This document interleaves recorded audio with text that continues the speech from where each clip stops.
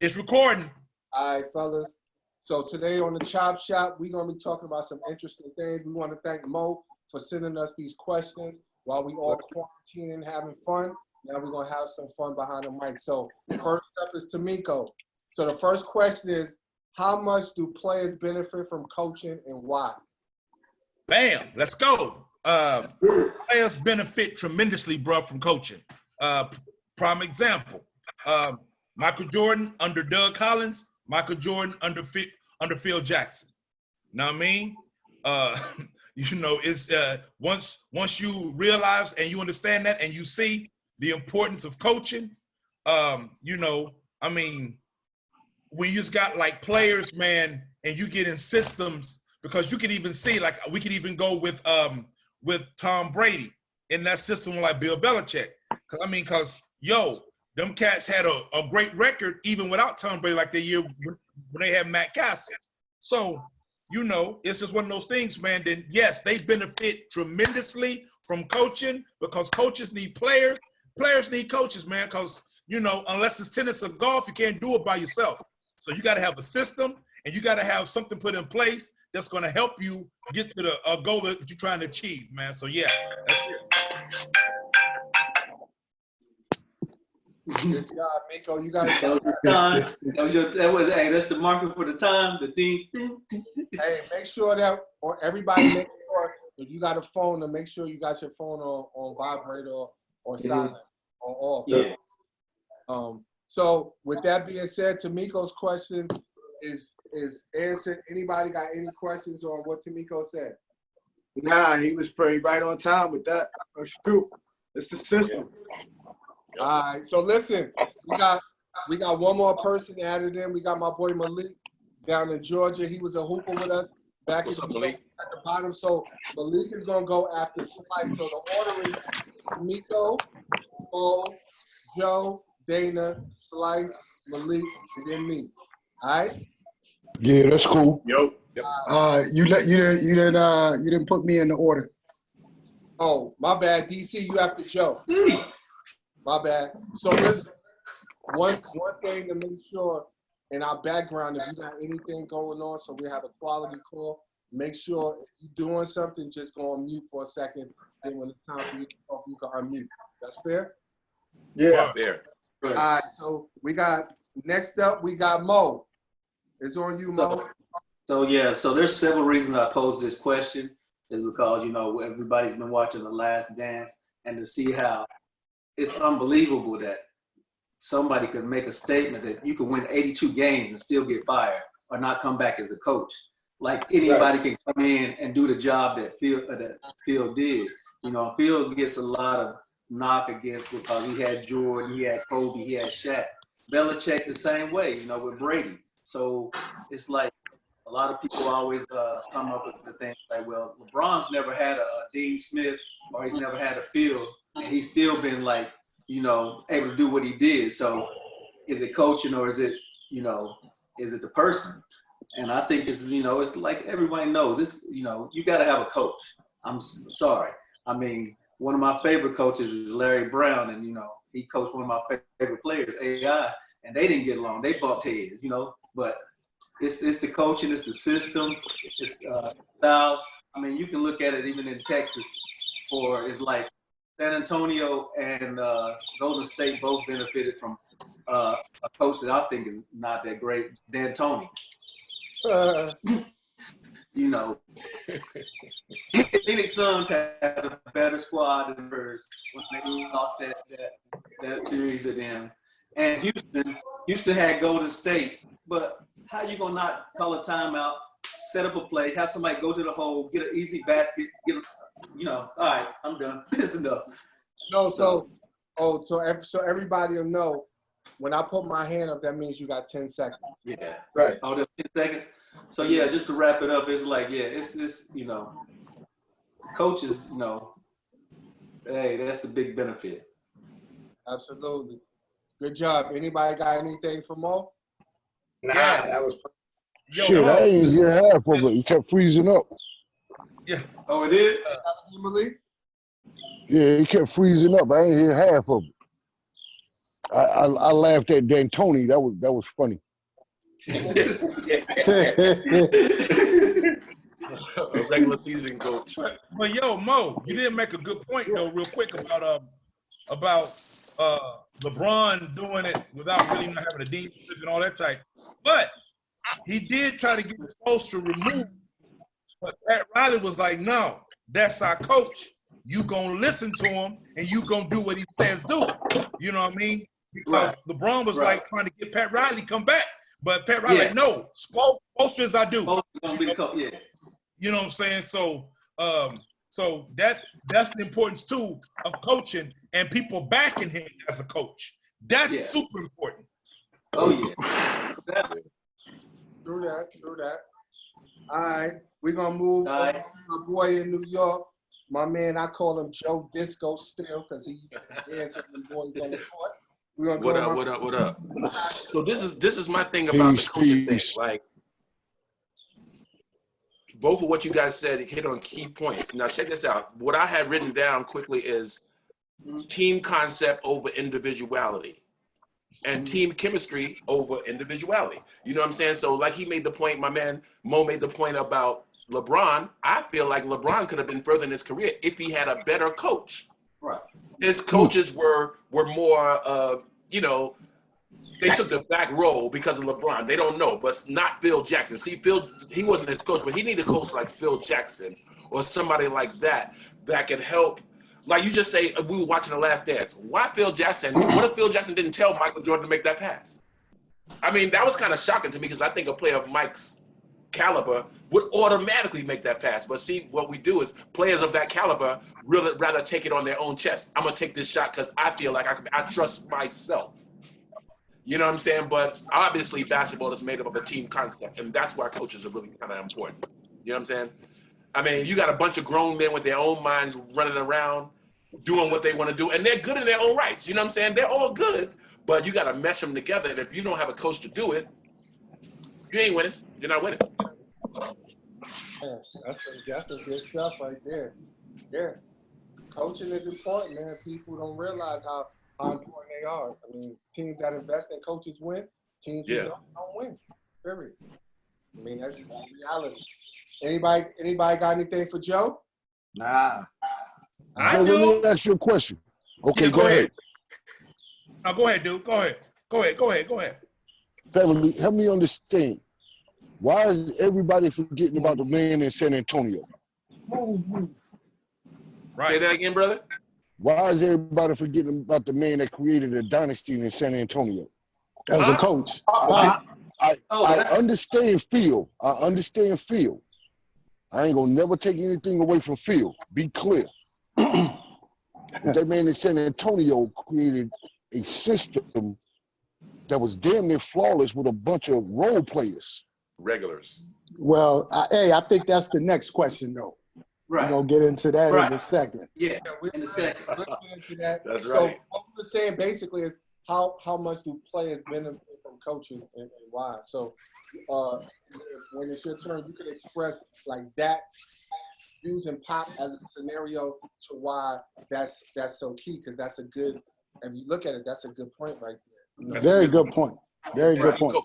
So no, that's cool though. That's why this talk show is so important, because we all see things from different lenses and different angles, and so for us to get a better understanding, we're all gonna learn something here, because everybody that's on here is knowledgeable in sports in some way, playing as well as watching, and we all see things totally different. We got different players who we like and all of that, so that's the great thing about it. So we're gonna go with DC. You up next, brother. It's on you. Right on. So my belief is that coaching is as important as is parenting. You know, you bringing these young men up. But I also believe it's relative depending on the level. For example, and what I mean by that is simply this. When Shannon Sharp was with the Ravens in Denver, coaches would release him early because he came into camp in shape. He produced all year long, and you didn't have to worry about him. He was a coach for others. Does Floyd Mayweather need much coaching? No. You know, so I can name at least maybe 3 or 4 other players, Tiger, Wayne Gretzky. At a certain level, coaching is irrelevant to those players. They become coaches on the field, the court, or wherever they may exist. So again, I repeat it for the sake of repeating it. I believe coaching is as important to players as parenting is to children, and that's a big thing. So, and I would even include Brady in that for a fact. It took him after a period of time, he was able to sort of lead on his own rather than take a lot of coaching. But I do believe it's very important to the nature of coaching. I will say this lastly, coaching can also kill passion and also relationships if you're overcoached. I don't know about any of you or many of you who've been in the coaching situations. Some instances is that coaches will take that passion out of you because they overcoached. Word. Oh, I wanted to kind of piggyback. Actually, I'll wait to the next questions, but that's it for me right there. Anybody got anything on that? I like what he said about Floyd Mayweather and Shannon Sharp, because like Shannon Sharp, but it brings the situation of the chicken and the egg up. You know what I'm saying? When Shannon Sharp got to Baltimore, he didn't need coaching because he probably had already gotten coaching. He'll talk to you about he got good coaching, and he also had good parenting. You get what I'm saying? So that falls right into what DC was saying. He had good parenting. So if you have good parenting, once you're put in a situation, you're going to thrive on your own. You don't need somebody to hold your hand and say, hey, write the letter A. Oh, yeah, now B, now C. You don't need that. That's exactly my point. And again, let me be clear before you speak, brother. It's relative, and it also at what level. So Shannon Sharp got good parenting. Jordan got good parenting. Both of them needed coaching all through high school and college, and even in their professional level. But at a certain period, I don't care if it was 5th year in the NBA, 7th year in the NFL, coaching was not as necessary for certain individuals. That's my point. All right. I will agree to that, but what I will use is Peyton Manning. Peyton Manning, to me, you could say Tom Brady, I'm going to laugh at that. That's a system quarterback for me. But Peyton Manning was definitely a coach on the field. Peyton Manning had to have guidance to make people see other things so he could prosper.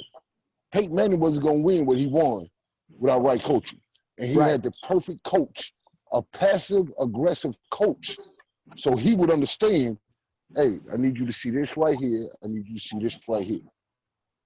Great point. Because we all know Peyton Manning saw everything except for what he should have. Great point. Once he should have seen it, that's when he started to prosper. Right. I'll just add to that. The proof is in the pudding when it comes to your man down in Tampa Bay over the next 2 years. We'll see if he can take it to the next level without the great coaching I believe he had or didn't have. Oh, I agree. I agree with you 100%, bro. All right. Good job. We got my man Dana. You up next, brother? Peace, God, what's good? Yeah. Coaching, definitely. I mean, I'll give you an example. Hillcrest used to have some of the most talented teams, and they didn't have the coaching. That's it for me. That's the example. Roman Joe know what I'm talking about. That's from I thought about that when we got the question. I thought about that example. Kenny Gershon, I thought about that. I mean, Jamaica. I talked to my wife about that, so yeah. Jamaica too. Where Malik went, they have no coaching. Had talent on the team, just no coaching. So coaching is definitely at the top of the list, along with talent, but coaching definitely. Because if you have a good coach, he can work with the talent he has, and he can make it work. You know, but without that coaching, I mean, look, like I said, look at the Hillcrest teams. They had talent, man. And did y'all make it out of the first, second round? You know what I mean? So that's it for me. Right on. I like that. Oh, for real. Going back to Hillcrest, huh? Yo, yeah. Hillcrest was their team.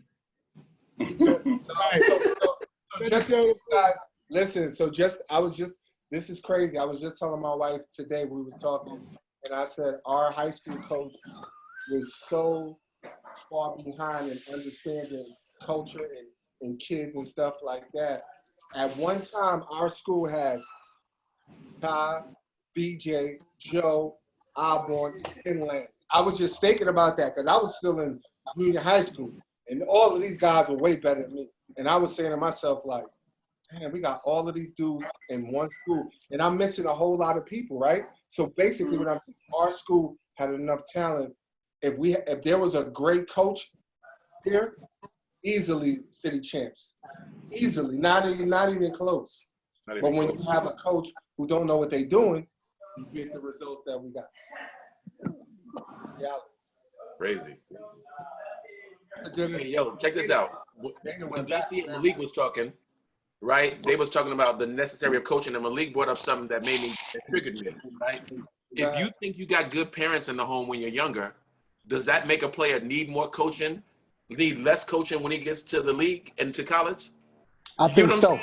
I think so. I like that. Iverson. You see what I'm saying? He didn't have his dad at home. Yeah. When he gets to Larry Brown, he has kind of like issues because he ain't trying to listen to no man like that, but he listens to John Thompson. Because he looked like him. Because John Thompson looked like him. So that was the difference, and that was the issue that they had. And John Thompson's, which we'll get into, allowed him to, be a free bird. Do your thing. I got confidence in it. Need that. Yes. But you know what's love about that, though? You know what's love about what y'all just said? If you remember, how many times did he say he loved Larry Brown? Oh, right. No doubt. Yeah, he just had to get over a couple of issues. Mm-hmm. And then, you're right, to this day. Because he never had nobody to check him. Now Larry Brown is checking him. Like that. For like a 30-game season. Right. John Thompson is on a 32-game season. They have in touch with the summertime, but when he was a junior, he had that $130 bins, $130,000 bins. Come on now. Yeah. Coaching kind of helped that. Parenting would have helped. You know what it was. All right, we're going to move on. Good. That was good stuff, y'all. We're going to move on to Slice down in Texas. I know he's waiting with his Cowboys. Yeah, I'm sick of looking at that, too. I'm sick of looking at that. I'm sick of looking at it.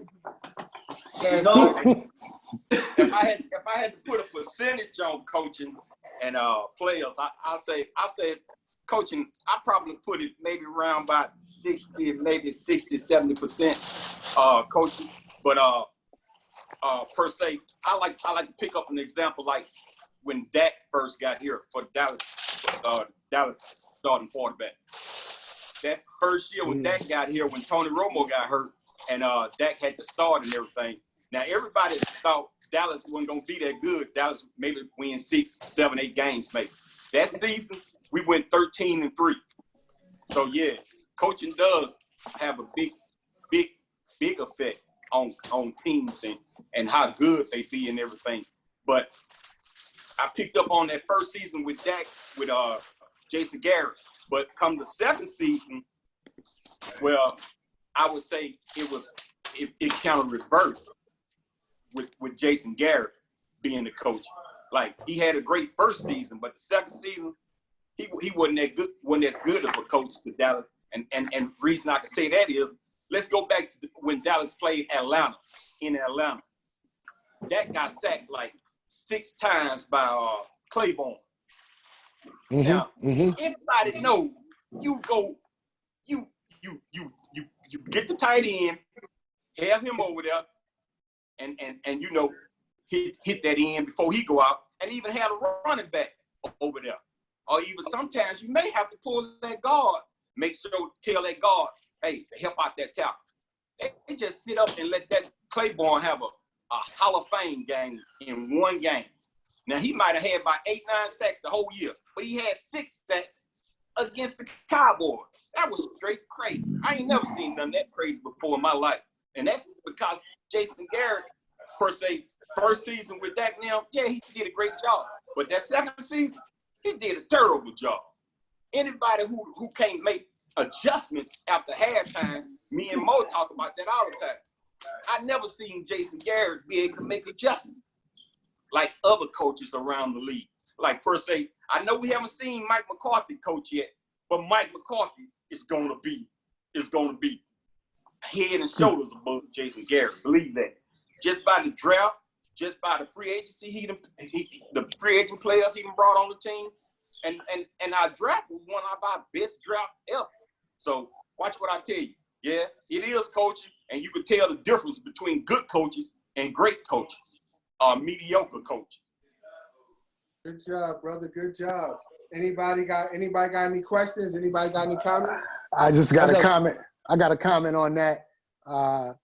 Actually, we already know what Mike McCarthy can do, what he did with a bum-ass Green Bay team who really wasn't where they needed to be. So to his point, when he get down there with the talent he got, watch what happens. And I'm not a Dallas fan at all. You see what I'm representing.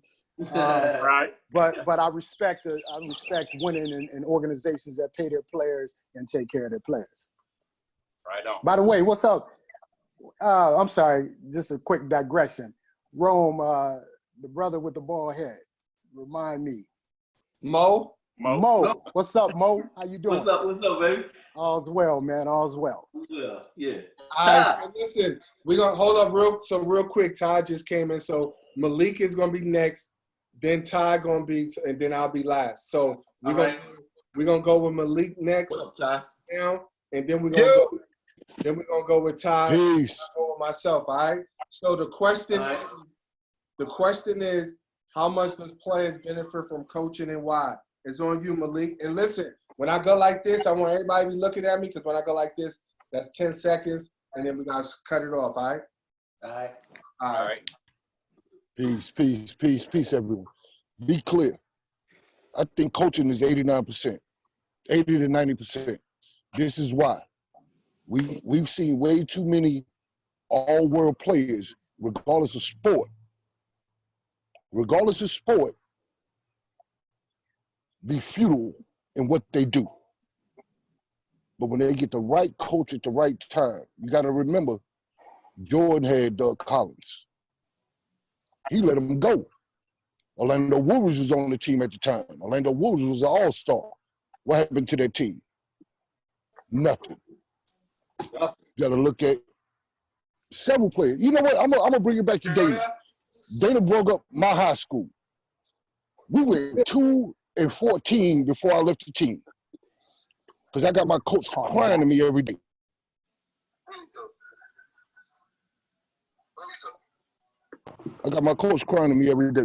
But I'm looking at Springfield, and they laughing at me. I can't speak for Ty and Roland at Hillcrest.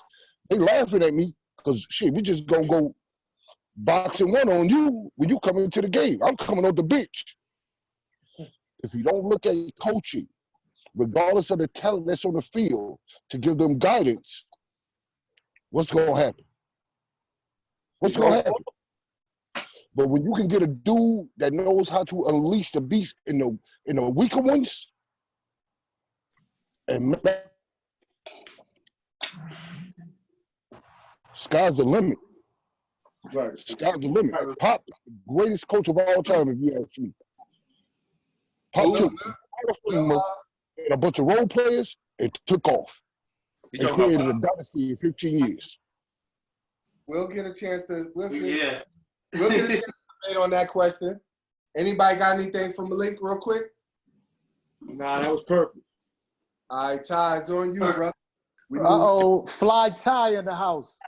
Hey, Dana, sit your ass down somewhere, please. He's doing yoga. You got to pull up his shirt. You got to do his exercise. I'm trying to get this gas out of me. Last show, he was showing us his abs. Now he's doing yoga. Right. I'm trying to get this gas up out of me. That's a lot, too. Anyway, do your thing, bro. So what's the question? I just got on. The question is, how much do players benefit from coaching and why? And don't bring up Denny I. Come on, man. One person. I think, to me, matter of fact, it's crazy because I had a conversation today. I think it's a 50-50 thing. I think coaches make players better and players make coaches better. Because think about it. I had a conversation with somebody today, and you got to realize we was talking about like all these coaches out here, and I said, think about it. You take any coach and give him a bunch of bums. Don't get me wrong, he might could make them okay, but they're not gonna win. You need talent and you need coaching. So I think it goes both ways. You know what I mean? And what I really had a conversation with today, we was talking about black athletes, and I was saying that all white coaches owe everything they got in life to black athletes because, I mean, keeping it 100, unless you're in Oregon or something and you playing against all white boys, if you running up against brothers, you're going to need brothers to win. Facts. That's Texas Western all day. It's to what I said. You never had a coach that say he believes in you, right? But he don't let you know. There's no way he let you know. You're not gonna prosper under him. You might be able to do your numbers, but you're not gonna prosper long term. You know what I'm saying? If you have a coach that restricts you, you're not gonna prosper. You're not gonna be the ball player that you had to do. He has to see what's in you and know how to get it out. Right, and that's what I mentioned earlier in my statement regarding certain coaches overcoaching or non-coaching can kill your passion for any sport. And so they got to see it in you, and you also got to step up to the plate too to make them know it and do what they say they believe you ain't doing. True. You got me? Right on. True. And also, I think the number one things with coaches, like I heard Malik say, Pop is the best coach. And the reason why I think Pop is the best coach is because most coaches have a system. So because they have a system, they need certain players to fit their system. If you don't fit their system, it don't work. Pop is the type of person that you can give him 12 people, he'll figure out everybody's strengths and then make a system fit the players rather than fit the system. Right. That's the way it should be. It should be the coaching, you know, make the fit their system for the player, not the player fit the coach's system. But you gotta realize what it is most of these coaches are like copycats. What they do is they find another coach and try to do what they did. You know what I mean? Or find a book where it says we're gonna run a 2-3 zone and we're gonna pass 5 times. You know what I mean? So they don't know how to just go in and say, okay, I see I got a bunch of athletic dudes. We're gonna press, and we're gonna run, and we're gonna get it in. Most people come with a system already and then expect you to fit their system. Right. Now, can I say something on that? Yeah, you could chime in quick and then we're going to move on. Gary, what's up? Real quick. Ty and Rome, you both know this. Danny let us go. He let us go get it. He had his system, but he saw what he had on the team, and he built his system on us. Yeah. That's why he got what he got. Yeah, that's why he got that ring on his finger. Yeah, that's why he got what he got. He saw Ty's a score, Malik do what he do, Rome do what he do, Roddy do what he do. Go get it. And that's why he put a ring on his finger. You switch out Naclario for Gersh. What happens to Hillcrest? I mean, seriously. You put Naclario as a Hillcrest Braves coach. What happens? I probably win. Springfield coach. I'd have played in high school, son. You know what I'm saying? But the thing is, like, you know, you got Cardozo. You got 5 or 6 main dudes from Cardozo over the years that went to the league. You know what I'm saying? Are the players that went to Crest worse than that? Is Dwayne Caldwell? Is Greg Johnson better than Dwayne Caldwell? No. I mean, you know what I'm saying? Why couldn't they?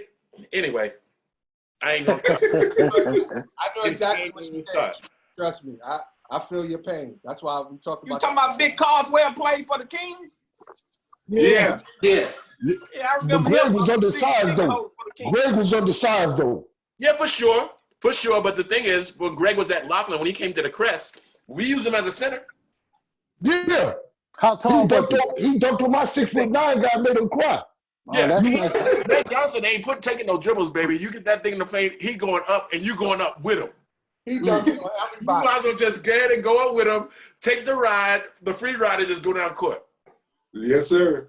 Now, in my eyes, BJ was better than 80% of the goddamn point guards in New York. But where did he end up? Gersh liked him. He loved him. If anybody could have went anywhere, it could have been BJ. Yeah. I don't think Gersh knew how to get people somewhere. I think he was fronting the whole time. Plus he wasn't a disciplined coach. He wasn't a person. Think about it. He didn't care whether you went to class, especially if you was BJ. He didn't discipline you. So if you ain't set up for discipline now, you can't go be able to get disciplined later. Like you can't go to high school, not going to class, not doing nothing, and then get to college and think, oh, now you got to go to class. You're gonna be able to do it because you're not accustomed to doing it. No. Okay, but Dave didn't get any of that discipline also. Look where Dave ended up with an opportunity. Edwards? Yeah, thanks. But the same thing got him out of Georgetown, though. Yeah. R.I.P. now. R.I.P. for sure. Gersh did what Gersh did, bro. But Gersh had that same opportunity with BJ. Nah, it was different. I mean, but BJ did go to Florida, though. It's not like he just didn't go nowhere. He did go to UF. I mean, that's a different school. I mean, UF and that was good. at the time. You got Larry Brown coming up to the school. He ended up in Florida. I could deal with that. Yeah, but it wasn't because of Gersh. Florida wasn't nothing at the time. But that they was all what they saw of BJ. I mean, the only marquee player they had before him, I'm thinking, Haslam and Shinsis, maybe. Dwayne Simpson. Yeah. Yeah. Garbage. Good point. All right, so I'm gonna close it out. It's on me. All right. What do I feel about how much players benefit from coaching and why? I think coaches establish culture. You know what I mean? In anything, in your work environment, your household, your neighborhood, with the right culture, you know, you can succeed. Like I work with kids nowadays who some of the most talented. I got a kid right now who was facing a murder charge. If I put him in D1 school right now, he could go average 20 right now easily as a freshman. But he's in the wrong culture, right? So the thing is that coaches bring us that stability. And for many of us who grew up without fathers and stuff like that, like coaching is important. Like you lean on your coaches like a father figure because we didn't have that because most of us, especially my brothers that's from New York, most of us learned a lot of stuff from dudes in the street. And I'm pretty sure DC and Chicago, Mo in Texas, Slice, Miko, they probably learned some stuff from the street too. So what coaching does is give you, if you got a good coach, it gives you that culture that you don't get from any other thing that you've been around, and it gives you a focus to let you know that it's not about you, that it's more about team and winning. So I think coaching is very important, and it's kind of underrated nowadays because kids are so talented and they think that they can do it without coaching, but the reality is that you can't. So that's my take on it. Question. What's up? You think Bob ever coached us? I think that he coached his ability to coach us to the level, let's say like the coaches that Riverside and Gaucho had, is a whole different level because you're dealing with, first of all, you're dealing with economics and you're dealing with experience. So it's two different things that you're battling against. I think he did a good job in allowing us to be us, and that's what allowed us to explore and become the men that we've become. So he was a decent coach, but not the best coach, but he gave us that start. Question. Did we beat both of them? Say that again? Did we beat both of them? Absolutely, but we didn't. Oh, okay. We didn't win it because at the end of the day, when you could bring to your establishment, when you could bring out of your 10 players that you bring, and 8 of them are all city, you're not going to beat teams like that. Back in the 80s and 90s, you're not beating teams like that. I remember tying them playing in citywide championship, and Kenny Anderson was coming off the bench. And he was first team all city all 4 years. Yeah, right. He was a little younger though. Sealy, they had Arnold Bernard, they had Sean Green, Red Autry.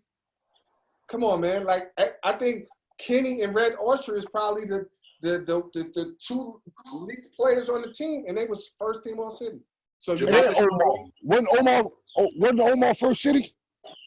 Who? But Newtown? Omar Lee? Yeah. Yeah. I'm just saying, because you No, know he wasn't all city, but he might have been all Queens. All Queens. He might have made all Queens. Yeah. Omar was cool, but let's not talk about Omar right now. He's not. I'm just saying, I was just wondering because you know he used to pop a lot. He used to pop a lot till we played that All-Star game. Yeah, he's not. And I had to do what I had to do.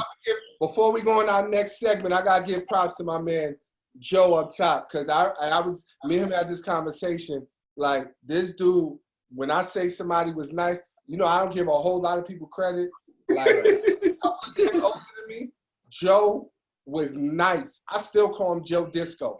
That was you the only nigga that called me Joe Disco. Because I don't pay homage. Like, before me and Todd really started killing in Queens and Malik, like, Joe was that dude. Like, I used to see him do something like, dang, I hope I don't got to guard him today.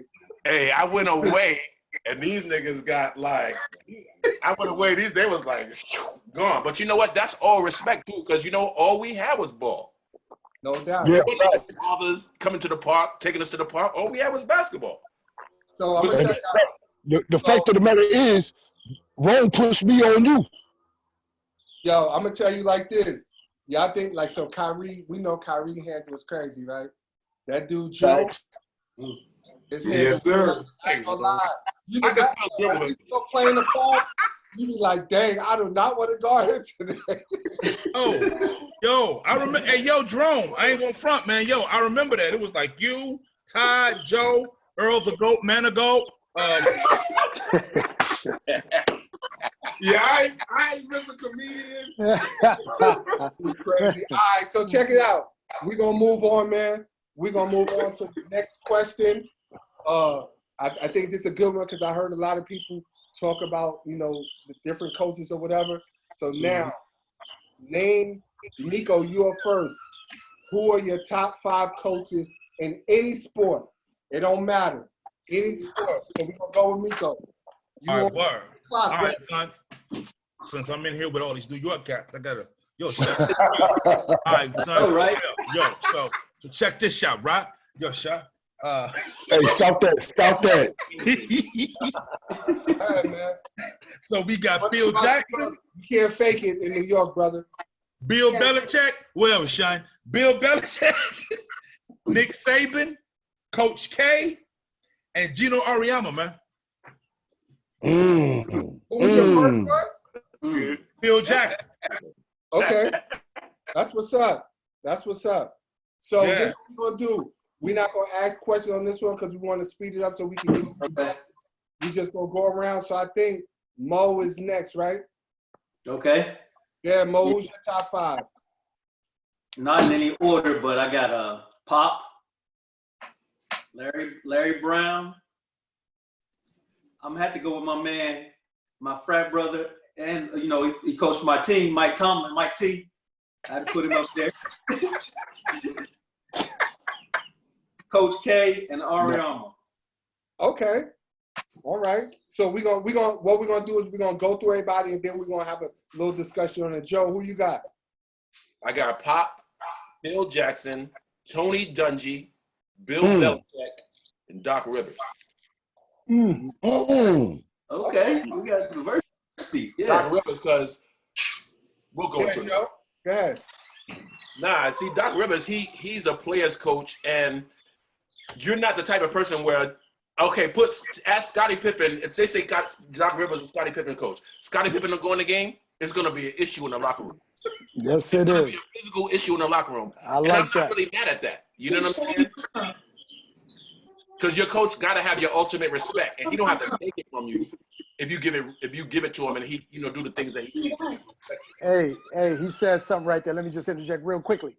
Ron, when we coached in Turkey, I gave a scenario to Rob.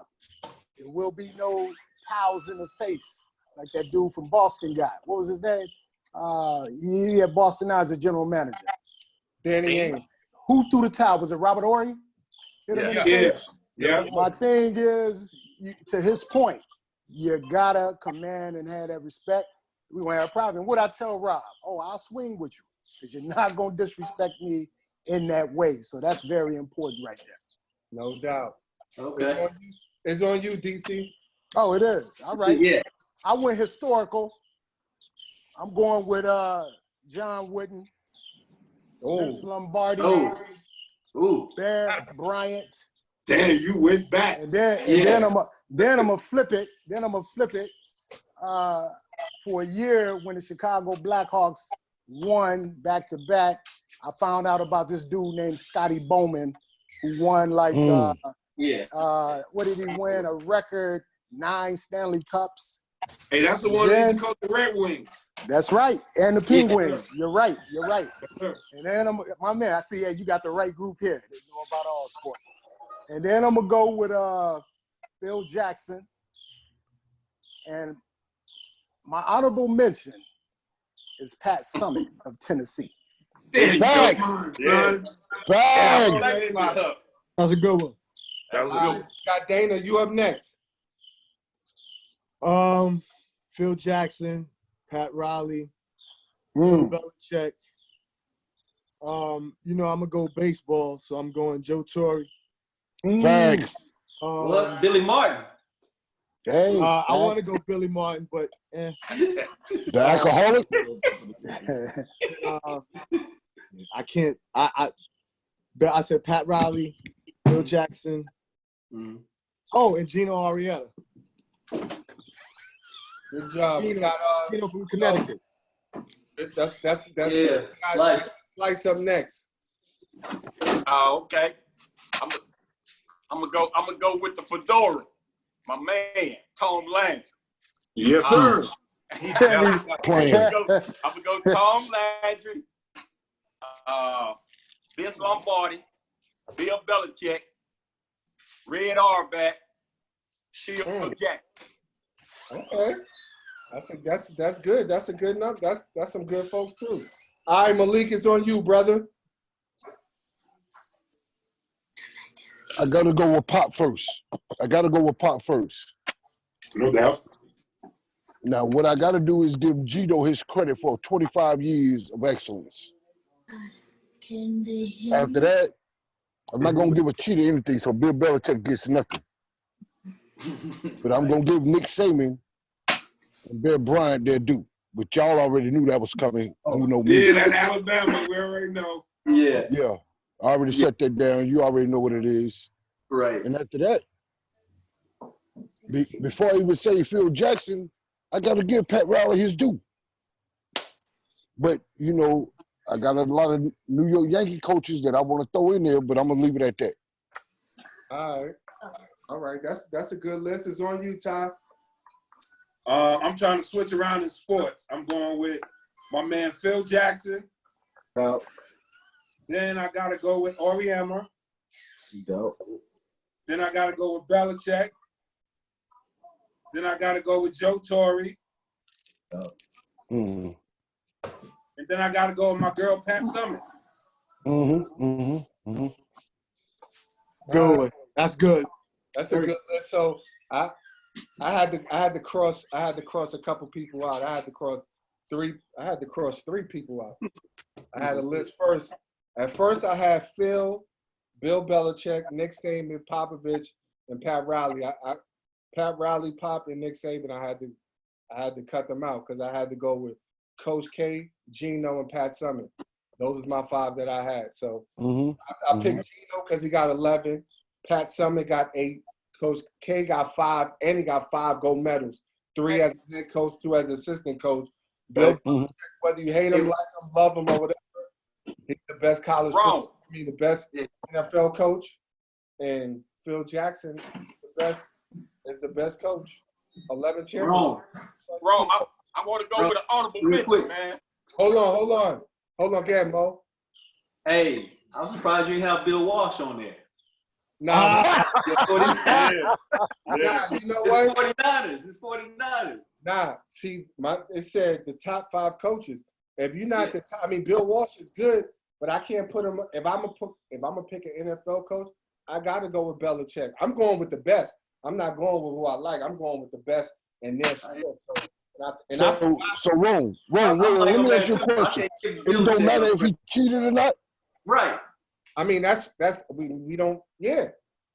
Hey, I mean, you know what I mean? let me get my honorable mention in. Listen. My honorable mention is Pat Riley, because when I coached, I used to dress like Pat Riley. Let's say Belichick, they said he cheated in what, 1 or 2 Super Bowls? I take 2 away. He still got 4, and he still got 2 as an assistant coach, as a defensive coordinator. So he got 6 instead of 8. The reason I think we got 2 of them with the Giants. Belichick name keep coming up because, I mean, it came up with like 60% of us. He that dude, dog. You can't think about it. Belichick and Popovich are the same 2 people. They don't respect no individual more than the other, and I appreciate that. And you can get it, and you can give them whoever you give them. They gonna take whoever they got and build the system and make it work. Listen, I'm not really a Tom Brady fan, right?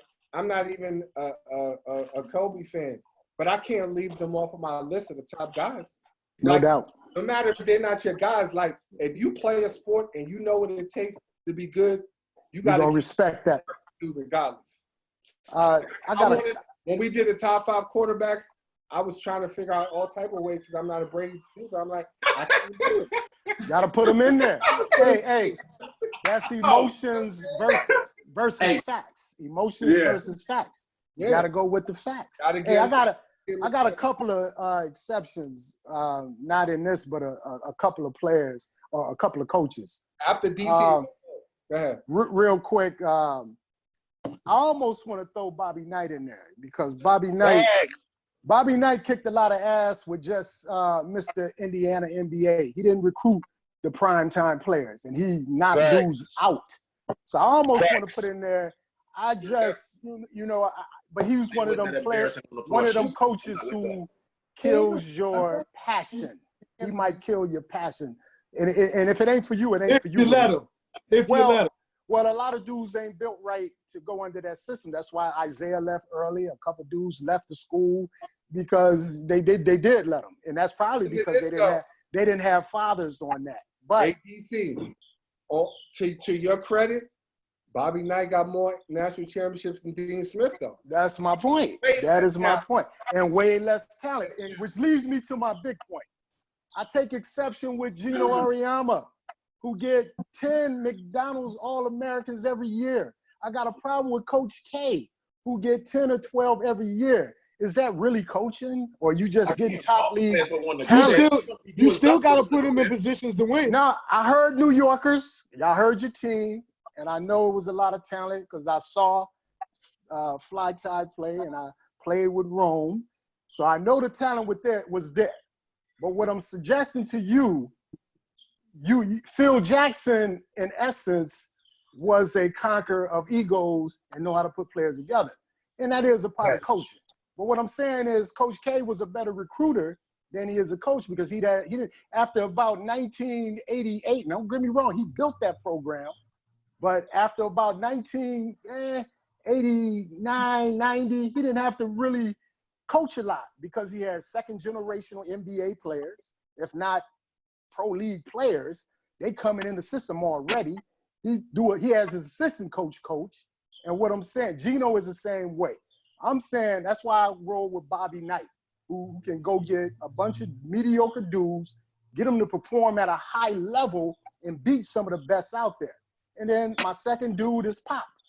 And don't get it wrong, Pop is a great coach, but I think somebody said earlier, Pop can take, and I think it was Fly Tie, you can take anybody and he can turn them into great.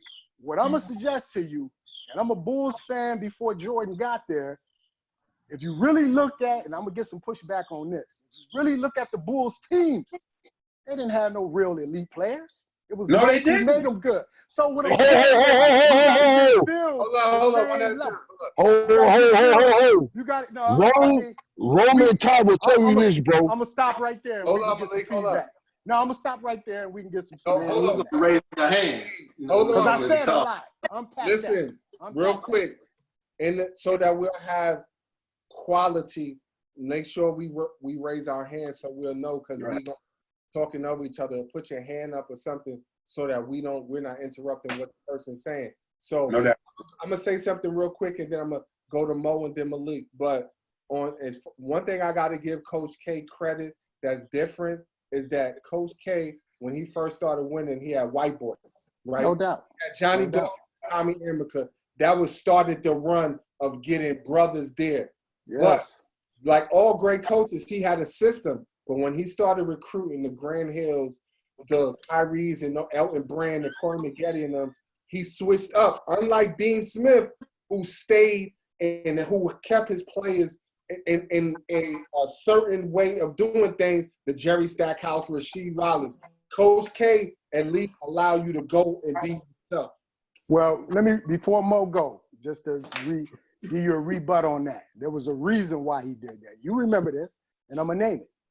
The first year, Rashawn McLeod, Corey Maggette, Elton Brand, they all left early. And he said, yeah, what? And this is why he lost me. He said, you know what, I'm going to stop recruiting from the hood. And I'm paraphrasing. He said, I need kids like, what was the little guard that was real nice from upstate New York? Jason Williams. Because, you know, his mother is a chancellor at a university and his father is a construction contractor. I'm going to start recruiting. And this was an article. This was quoted from him. And then he stopped recruiting black folks. And if he did, he went with individuals who was in the upper elite in terms of employment. And then you remember they went on, after they beat UNLV, and years later, they went on like an 8-year, maybe not 8, but a long period where they didn't win nothing because he wasn't Ruben. But they broke him, and he had to go back to the hood and go back to get them greasy dudes and bring them in the league. And he lost me on that. But I will agree that he did build a program and bring the brothers in on Tommy Amaker as well as Johnny D, the great Johnny D. All right, it's on you, Mo. Go ahead. I know you had something. Okay, yeah, I was just going to say, who is Papa prodigy of? Larry Brown. Larry Brown won at every level. Larry Brown won at Kansas, UCLA. I mean, that's like something that's like pretty much unheard of, because you know you had Nick Saban to try to go to the pros. You had Jimmy Johnson. Jimmy Johnson is one of the few that did it, came from pro to coach. But I mean, Larry Brown won with the Pistons, the Sixers. I mean, everywhere he went, he just won it. You know, I'm one of those guys that like, I like those guys that, you know, somebody gonna run through a wall. Like, you know, that's you know, like I was saying, had a lot of talent, but a lot of these coaches had a lot of talent. Like Ariama had a lot of talent, but Larry Brown meshed like, I like that. What little talent he had, you know, and took him to levels, you know, that beat Kobe and Shaq in the first game of, you know, the championship. Agreed. And he won with the Pistons, you know. So I mean, I'm with you. That's why I say Larry Brown, because he's, you know, and that's why I put Pop on there as well, because I mean he's a disciple of Pop. So Pop is a disciple of Larry Brown. So y'all need to go look at Gino's first 8 years at UConn. Thank you, sir. And you'll understand. Thank you, sir. Yeah, you'll understand. So I gotta give him love because most people don't make it around for 8 years. So he weathered the storm, and then he started recruiting. He got the players, and he won. Go ahead, Joe, and then Malik, and then we'll go to the next question. So check it out. So you guys were talking about like Coach K. You don't give him DC. You said you don't give him enough props because you know they got 10 players coming there every day. I mean, can you really fault those guys for building their program up where these players want to come there? I mean, I seen John Wall. They wanted John Wall to go to North Carolina. I mean, there's a whole bunch of players now. And if you can get all 10 of them at your school, I mean, I don't think he's paying them. Hey, no, that's not a knock to your point. I mean, if you that good, but I said right now he's more of he's a better recruiter than he is a coach, which means he doesn't have to coach as much because he has top-notch players who came from great coaches, and all I got to do is a little. It is like a. But isn't that the point though? To build no doubt. To your point. Hey, you got no argument with me right Okay, there. I got you. None. Let me ask you one more question about your thing. You said that Bulls didn't have a lot of players, a lot of good players. You're talking about besides Pippen and Jordan. Yes. Okay. No, I'm going to add one more. Horace. Okay, facts. Hey, real quick to go back to what DC was talking about. Did you guys read the article about that KD wanted to go to Carolina and play with Ty Lawson because they was boys? Yep. But he wanted to be the man. He didn't want to play in the system. So you got to look at that too. Right. You know, he went out to Texas, came out here because he was gonna be the man, and he wasn't gonna have nobody like they say Dean Smith, the only one that ever stopped Michael Jordan. So a lot of people don't want to go to certain schools in certain places because they feel like they're gonna be held back, or they're not gonna blossom like they should, or they have their best interest in hand. So KD would have went to that team in Carolina. Oh my goodness. No doubt. Just for clarification, Rome, wasn't Ty out your way where you used to live? Maryland? Ty Lawson? Mm-hmm. Yeah. So that do make sense. But I'm gonna go back to a team that transcends the world, where all these dudes got together, and we know that's the Fab Five. They called each other and said, "We need you to come here." Whether they was from Plano, Texas, whether they was from Chicago, Detroit, and the whole nine. So they don't make dudes put like that team together. They don't make them like that no more. We're gonna go to Malik real quick, and then we're gonna move on to the next question. All right. Real quick, just building off of what you just said, that's how me, Ty, and Rome came together. Mm-hmm. We see somebody that we facing, they look ill. I add a dimension that they didn't have. It's ugly. I'm a little bit more raw than them, but we build on that. I was raw. I like that. I was raw. They would tell you I was raw. Yeah, I was raw. Yo, I'm gonna tell y'all something. Right. Till this day, I don't know too many people who I've seen in person that could jump like this kid. No doubt. He was only probably like a half an inch taller than me, and I'm telling you, I had crazy hops. But the stuff he used to do, I remember Ty, the first time Ty brought him around, he was like, yo, my man Malik got hops. I was like, all right, you bring him around. So we in the gym, I'm dunking, whatever. He get it, and this Dominique, like, that. I was like, oh, yeah, it's over. Rome, the first person around the block that got hops. Remember Rome got his hops? Remember that? Rome used to be in the park at nighttime. All of a sudden, you see Rome in the daytime. I'm like, damn, this nigga's starting to dunk and shit. Nah, I'm gonna tell you the bug shit. We in my high school at night. I'm coming up there because niggas telling me to come. I'm facing two niggas that look just alike. Which nigga the guard? Twins. I don't know which nigga the guard. So I got one nigga that's putting a crossover on niggas, and then I got nigga to do the dirty work like I do the dirty work. Hold on, wait a minute. The niggas I'm playing with know me. So I'm gonna go get the retarded looking nigga that ain't gonna play no defense. I ain't that. Okay. Now this nigga throwing lobs to his little brother. Hold on. Maybe I need to go get him. Then this nigga cooking everybody that step in front of him. Wait a minute. I'm getting tired of getting cooked. I'm tired of getting ate up. But anyway, getting back to the subject, because we did some astronomical things. When I came out the military and everybody forgot about me, oh God, niggas was asking me, did I go do a bid? Because they just saw me disappear for 3 years. Ty, you remember that? Yes, sir. Ty, you remember when we played for Red? Yes, sir. And I put it on your boy Keith, who was on the cover of the video Super. Right. Hey, they didn't understand a 6'2" nigga could jump over a 7-foot dude and dunk on him, and they was on the same team. 6'3". Wow. 6'2". Wow. So 6'2". oh yeah, the movie The Super with Joe Pesci. But regardless of all that, we come back. I would never, even though Denny I probably ruined my college career, I would never take anything away from that dude as a coach. Because that dude found as a coach, this is why I put so much emphasis on coaching. That dude pulled me into a room, but just me and him. And Ty is my dude. I fuck with Ty and Rome the long way. Die for both of them. That dude pulled me into a room and said, I need you to do something different. I know you smoke cigarettes, but you're going to be on the front of my press. I know you're a defensive player. Even though you can score, I'm going to put you on the front of my press. If you can't handle it, you're sitting on the bench. Ty, where was I all year? Yeah, the 1-2-1-1, baby. 1-2-1-1. And I was the one. I was the one. Hey. Rome looked at me and was like, nigga, you good? Nigga, I'm good. Because all I'm doing is getting steals. And dunks.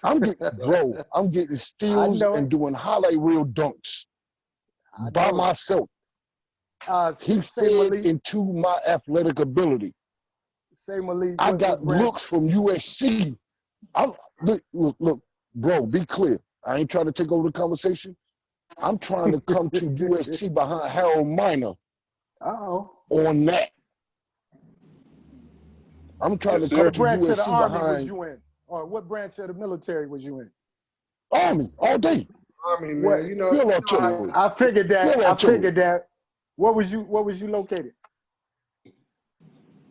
Fort Sill, Oklahoma, and then Noyon, Germany. But that's irrelevant because I blew all that shit up. I won USERA Player of the Year. Well, that's the only reason I asked, because I was in Stuttgart, Germany, 87 through 89. Okay, so 90, I was USERA Player of the Year with the big trophy. Peter. I believe it. Right on. Averaging 34 points a game because Ty and Roll said, nigga, you could jump out the gym, improve your game. And that's what I did. We met when I was 17. Yes, sir. Listen, so we're gonna move forward so we can get through. I think we got like 2 more questions. So the next question is, who benefited the most from having great coaching? So we're gonna go with Tamiko. We're gonna give you 1:30. We're gonna go through everybody, and then we'll have a discussion afterward. So we can shoot through this kind of fast. So we can get through. You going about players or teams? Players. Who benefited the most from having great coaching and why? It's on you, Miko. Michael Jordan. Oh, shit. Period. Because look. Like that. Because look at it. Like I said, like The Last Dance opened up a whole lot of, like our eyes, man, like mud, because, like I said, from Doug Collins to Phil Jackson. Phil Jackson put Michael Jordan in the system. Doug Collins was give Mike the ball and get out the way. Bro, there was a coach. Hold on. Nah, let him talk.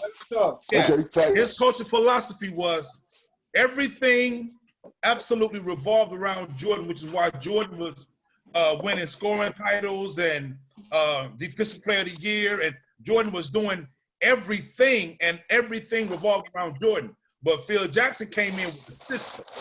If we're going to put this system in place, and Jordan, you're going to be the closer, but the person who's going to facilitate the offense is going to be Pippen. So I'm going to need you to just be the closer. When things break down, when the offense break down, you're going to be the dude that's going to bring us home. But the offense is going to have to facilitate through Pippen. We go run this system.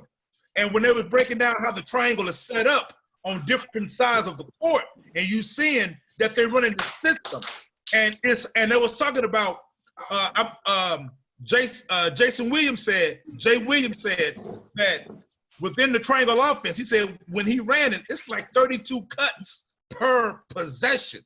It's like everybody's cutting, moving to certain spots, getting certain spots before they got the ball. But when stuff broke down, it was Mike. But Mike under Doug Collins, it was just give Mike the ball and get out the way. Good job. I like that. So we're gonna get back. When we have our discussion, you pointed out some good facts. It's on you, Mo. Hey, well, I'm gonna say, keep it with Texas down here. Without a doubt, I'm gonna say Tim Duncan. Played 20 years for one coach. I mean, and if he played with anybody else, I don't know if he's Tim Duncan.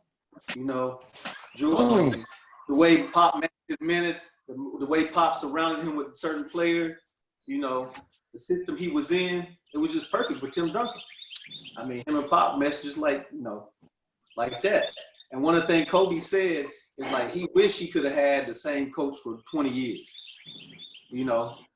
So that's just something right there in itself that, you know, this guy got to play with the same coach, and he was the first one to, you know, come up with managing minutes and sitting people and, you know, doing that. He prolonged Tim Duncan's career, you know, and you know, how he just set him up, you know, for winning 5 chips. Because a couple of times, you know, they didn't have the best team to me, you know, and won a chip. Because like I said, that Phoenix team, if they had anybody but D'Antoni coaching, they should have won that chip. You know? Nope. Facts. Same thing like when D'Antoni coached Houston. What was that West? Same thing I say Coach Houston. You know? I mean, who let somebody shoot 27 threes and, you know, not say, hey, time out, let's go to the hole, let's get a bucket, let's do, you know, see the ball go through the hoop, man, you know. I just can't believe that, bro. To me, Tim Duncan, he benefited the most from, you know, Pop coaching, Pop's culture, everything. I can't relate. That's a good one. That's good. All right. Very good. Next, we got my man Joe. So I do got MJ, and I do have Duncan for the same reasons why these gentlemen say. Duncan, because he was able to be coached. See, Duncan probably is the most coachable superstar that I've seen in the league. You know what I'm saying? He don't, you know, his demeanor don't change. He don't get down on himself. Not that you could see. And he listens to the coach. It ain't like, you know, the coach is yelling at him. He's going, okay. He's just looking at him like, okay, I'm going to give him respect because I'm a leader. I also have, for the same reason, Kawhi. And then I have Curry, because you got to have a coach that believes in you to let you take that 50-foot three on a regular. Jackson. And you got to make it too, but you got to have a coach that believes in you. And the last one is Coach K, Leitner. I think Leitner would have been regular if he didn't have Coach K. Coach K featured him. And to my point, I think Leitner in college was probably more effective than Shaq in college. Yeah. That's it. I agree. That's good stuff right there. All right, DC? Yeah, y'all all going to agree with this one right here. Y'all all was slipping. But I'm going to tell you, Joe, you brought it up earlier. The dude that benefited the most from great coaching was AI. In high school, this dude got a charge of mobbing man. What we don't realize and the news didn't put out, this dude was sentenced to 15 years in prison for that. And it took Governor Wilder, the Virginia governor at the time, to get his dude clemency. But while he was locked up, because his mother knew he was going to get out, she made a trip all the way to D.C. and had a one-on-one conversation with JT. And if you don't know who JT is, we all know it's John Thompson. Yes, and sir. said, hey, you need to give a look to my son. He needs somebody like you who look like him, who can change the public image of who he is. And I would appreciate it if you would give him a look, because I know he can play at this level, and bring him on. And we all know the history. I promise you, if it wasn't for John Thomas and them Georgetown Hoyas, we would not know nothing about the answer.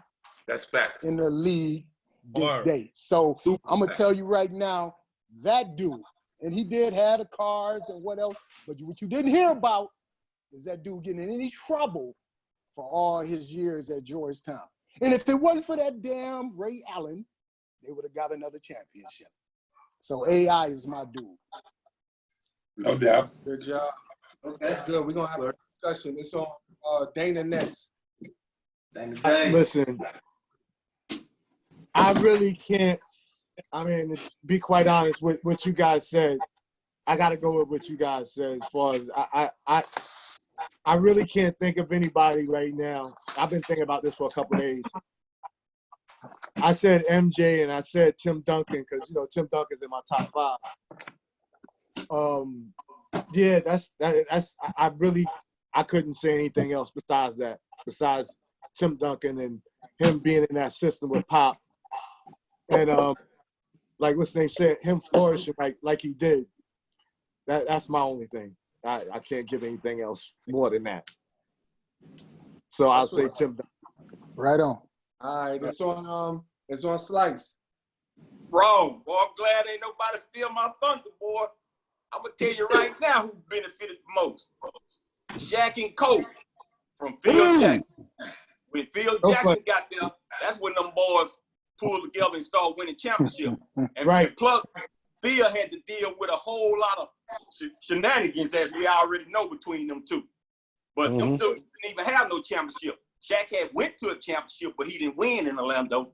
But Kobe had to be toned down and shown how to play a little bit of team ball. Because we know Kobe like the second Mike.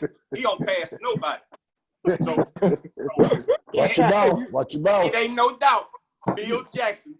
Without Phil Jackson, the boys when got them 4 championships together, and then Kobe them 3 together. I'm sorry, and then Kobe pulled them 2 more for him, and of course Shaq when he got one with Miami. But Phil Jackson worked it and got them boys some championship because they didn't have nothing. That's good stuff. That's good. That's good stuff. Yes, sir. Can't debate that one. Yes, you can. Yes, you can. But go ahead. All right, listen. We're gonna go with Malik next, and then Ty, and then me. And then we got one question after that, and then we're gonna, that's it. All right. It's on Malik. Go ahead, Malik. Right. Peace to the dog. Enjoy, bro. Hey, Prince, keep working your dad, yo. Prince, work your dad out. Because your dad looking reckless right now. Son, he don't want it with me, man. Knock it off. Don't get him hurt. Hey, Prince, work your dad out. I'm going to throw all y'all off. Rudy Tomjanovich and Robert Horry. Wow. Robert Horry doesn't become Robert Horry without Rudy Tomjanovich. Wow. That's a good one. He doesn't. That's some home cooking, Malik. I heard you was from Alabama. I'm not from Alabama. My bad. I'm from South Jamaica, Queens. Born in the Bronx. Right on. Why do you say that, Malik? Robert Horry became Big Shot Rob because when he got drafted out of Alabama, and I was all Hollywood Robinson coming out of Alabama. Yes. James Robinson. Yep. Okay. Absolutely. Hollywood Robinson coming out of Alabama. Robert Horry showed up and showed out. And you gotta give him his props. And he took that confidence and won whatever he could win with San Antonio and went to LA and showed out again. Do not disrespect what Rudy Tomjanovich did for the confidence of Robert Horry. I like that. I'm shutting it down from there. They said Jamal Faulkner was the best on that team. Hey, wasn't Latrell Sprewell on that team? Absolutely. Yeah. With Jamal Faulkner. James Robinson. You all right? With Some Jamal goggles dude that had was a center had goggles. Jamal Faulkner, Christ the King. Absolutely. But who showed out the most? Every time he see Pat, he lets Pat know that Jamal Faulkner was the nicest on that team. It's just that Jamal Faulkner didn't work on his game like that. He tells Pat every time he sees him. Right on. But you gotta get Rudy Tomjanovich and Robert Horry, they just do. All right, we're gonna move. That's good. We're gonna move on with Ty. Yeah, Ty. I'm going with Tom Brady and Bill Belichick. For the simple fact as Tom Brady, to me, don't get me wrong, he's a student of the game and he's great. But what made him great is that Bill Belichick put him in a system where, think about it, you never saw Tom Brady even scramble. Like he don't think about it. He dropped back. When that back foot hits the ground, the ball is gone. Like it ain't no he rolling out or none of that. Bill Belichick built the system for Tom Brady where all you got to do is say height, drop, do your 3 steps. Soon as that back foot hit, let the ball go. He don't get sacked, he don't scramble, and he don't get hurt. The only time he got hurt was somebody fell on his knee. But in any other system, he wouldn't have been Tom Brady. Facts. Well, we're And about that's, to that's no disrespect to Tom Brady because I don't really think talent-wise, Tom Brady is one of the greatest talent-wise, but because he's a student of the game and because he had Bill Belichick, he could go down as the greatest ever. That go back to your 50-50. You feel what I'm saying? Yeah, it does. Good point. Right. Wow. Hey, 7th round pick, 254th. That's right. That's what I'm saying. Think about it. Talent-wise, he wasn't like, nothing jumped off. His arm wasn't super strong. He wasn't mobile.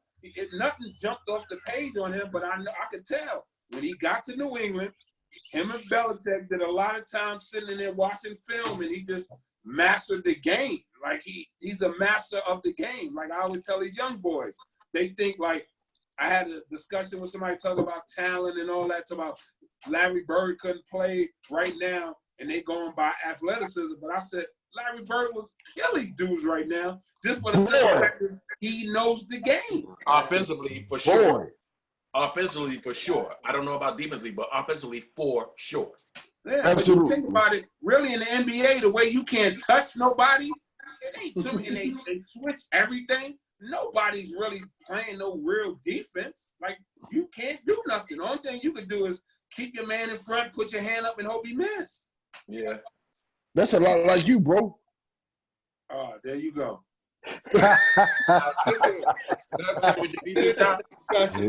I always tell you that he wasn't put on this world to play D. Thank you, son. My greatest defense is my offense player. Hey, the greatest defense was his brother and me behind him. Listen, that too. Listen, man, we're gonna move forward. I'm gonna close it out. I gotta agree with a couple people on here, especially my boy Tamiko, but I'm gonna give y'all some numbers because as great as Jordan was, people don't really, they never talk about coaching, and Phil don't get enough credit in my estimation. So Jordan's first year in the league, they 38-44. Kevin Lockery, 30-52. Stan Allback, 40. Thank you, sir. 40-42. Doug Collins, 50. Thank you. Doug Collins, 47-35. Doug Collins. Thank you. Phil first year, 55-27. And mind you, they won one playoff series and all of that I mentioned so far. Phil Jackson, 55-27. They go 7 to the Pistons. After that, 61-21 champs. 67-15 champs. 57-25 champs. 57-27 with no Mike. They go to the second round against the Knicks. Mike come back. No, let me finish. When Mike come back, they go 47-35. They lose 2-4 to the Magic. Mike come back healthy, 72-10. Phil, 69-13. Phil, 62-20. Phil. Jordan. And more Phil. Listen, Jordan, as great as Jordan was, to go to what Miko said, as great as Mike was, and Mike was not that dude by himself. He did not win those championships by himself. No. Phil Jackson was the ultimate coach because he put Mike, the best player in the league, in a perfect system where a guy who go one-on-one can be a one-on-one player, but do it in a team concept. And his Daniel son, Kobe, did the exact same thing. Hey, under the triangle offense, which is what really exploited his talents and the rest of the team on that. So back to what Joe said earlier, I got to give credit on Phil because it takes a guru to deal with players like Jordan, Kobe, including Shaq, and Rodman, a head case. Come on, man. So ask that coach, could he have a vacation during the season? He took it and let him take it. And Jordan Khalid practiced to go play golf, because he earned it. So no doubt. Listen, man. Jordan and Kobe, two of the top 10 players, wherever you want to put Kobe at, two of the top guys did not win championships without Phil Jackson. No doubt. Right. No doubt. Go ahead, Ty. Yeah, go ahead, Ty. Rome just took it out of my mouth. I was gonna say the same thing. Like, people always talk about, like, with Phil, they'd be like, well, he had Shaq and Kobe and he had Jordan and Pippen. Who couldn't win with them? And then I said people don't realize, like, Jordan and Pippen never won a championship without Phil. No. Kobe and Shaq never won one without Phil. I mean, Shaq won one with Miami, but that was D-Wade. That wasn't Exactly. Shaq. That was Exactly. D-Wade. You know what I mean? Yeah, So, exactly. And that was Pat Riley. It's Right, that system. right. Who said Pat Riley? That's right. Hold up, Oh, Joe. you know Slice said it. You know Slice said it wrong. Real quick, Joe raised his hand and then Miko. Yeah. So I feel like Phil Jackson, he's a good coach because he coaches you to be men. You know what I'm saying? When you come in the NBA, if you come in as young, like right straight out the high school or young in college, you're going to be a boy. You're not going to understand all this stuff. But him letting Rodman be Rodman, letting Jordan be Jordan, and to an extent, letting Pippen be Pippen. He knew Pippen was angry about his contract. He was getting robbed. I don't give a damn what he said. He was getting robbed. But Pippen, he didn't really put that pressure on Pippen like that. He allows people to be themselves. The only time you see, you know what I'm saying? That's what I had to say. Well, shit, Jordan got robbed until he came back. Hold up. Yo, Nico. okay, and this just real quick. Hey, and to Kevin's point, because I feel like I gotta do this, man. Whenever they give that Kobe got to learn to be a team player thing, you do not win 5 championships being selfish. Number one. Number two, people got to remember when Kobe came into the league, he came off the bench his first 2 years in the league. If Shaq was all of that, he would have won championships before he got to LA and Phil. But Shaq did not become the dude he was and get those championships until Kobe came into his own and he became a starter. And then Kobe let them know, I am here because look, remember, Shaq had Penny Hardaway. He had Nick Anderson. He had Dennis Scott. He had Horace Grant. He had Nick Van Exel. He had Eddie Jones. He had all these cats. And then when Kobe came into his own and they got Phil Jackson, now they winning. You know what I'm saying? Big facts, big bro. Big facts, big bro. Hold on. Yeah, let Malik go. Quick. So we're going to go in this order because Malik was next, then DC, and then Ty. If anybody else got something after that, y'all can chime in too. Go ahead, Malik. Real quick. Hey, what you just said was big facts. You're absolutely correct. That's why I put so much emphasis on coaching. You're absolutely correct. Here's the issue. They had, what was his name? Brian what? In Orlando. Yes. Brian Hill. Brian Hill. Yes, that's it. I'm going with you. That dude is not a coach. No. He's not a coach. He was blessed with a whole bunch of talent. There's no way in the world. Now, be clear. You face the monster of Olajuwon. They shouldn't have lost. That's a monster. And then you got that little bit of nigga from Queens. Kenny Smith. That will goddamn kill your ass. He was a beast. And then you got that retarded nigga of Vernon. Kenny wasn't no beast. Kenny was a beast. For a minute he was. Kenny was lucky. Hold on. Hey, let him finish. Say what you want to say. Vernon, look, like the nigga name was Mad Max for a reason.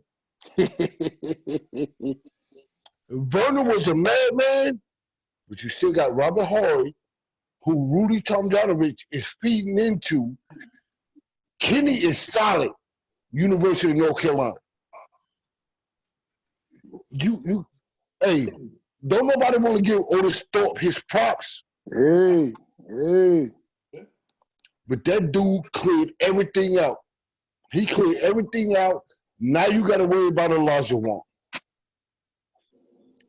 Give them dudes they do. Give them they do. Shaq had his hands full. Penny had his hands full. Now we're talking the supplemental players. Nick Anderson wasn't prepared for that. Nope. He wasn't prepared for that. He got a lucky 45 coming in and then cut his own throat talking about 45 ain't 23. Yep. But you're not prepared for what's in Houston. Because there's a man down there with 45 moves that Shaq ain't prepared for. Shaq is brutal. I'll take Shaq over everybody other than Wilt Chamberlain, even over Kareem. Because Shaq intimidated the fuck out of you. Nah. Elijah won. Everybody but Kareem. Right. Hey, hold up. So we're gonna go because we could get all our questions asked. I'm gonna go to DC. We can have a discussion about that, but right over Kareem.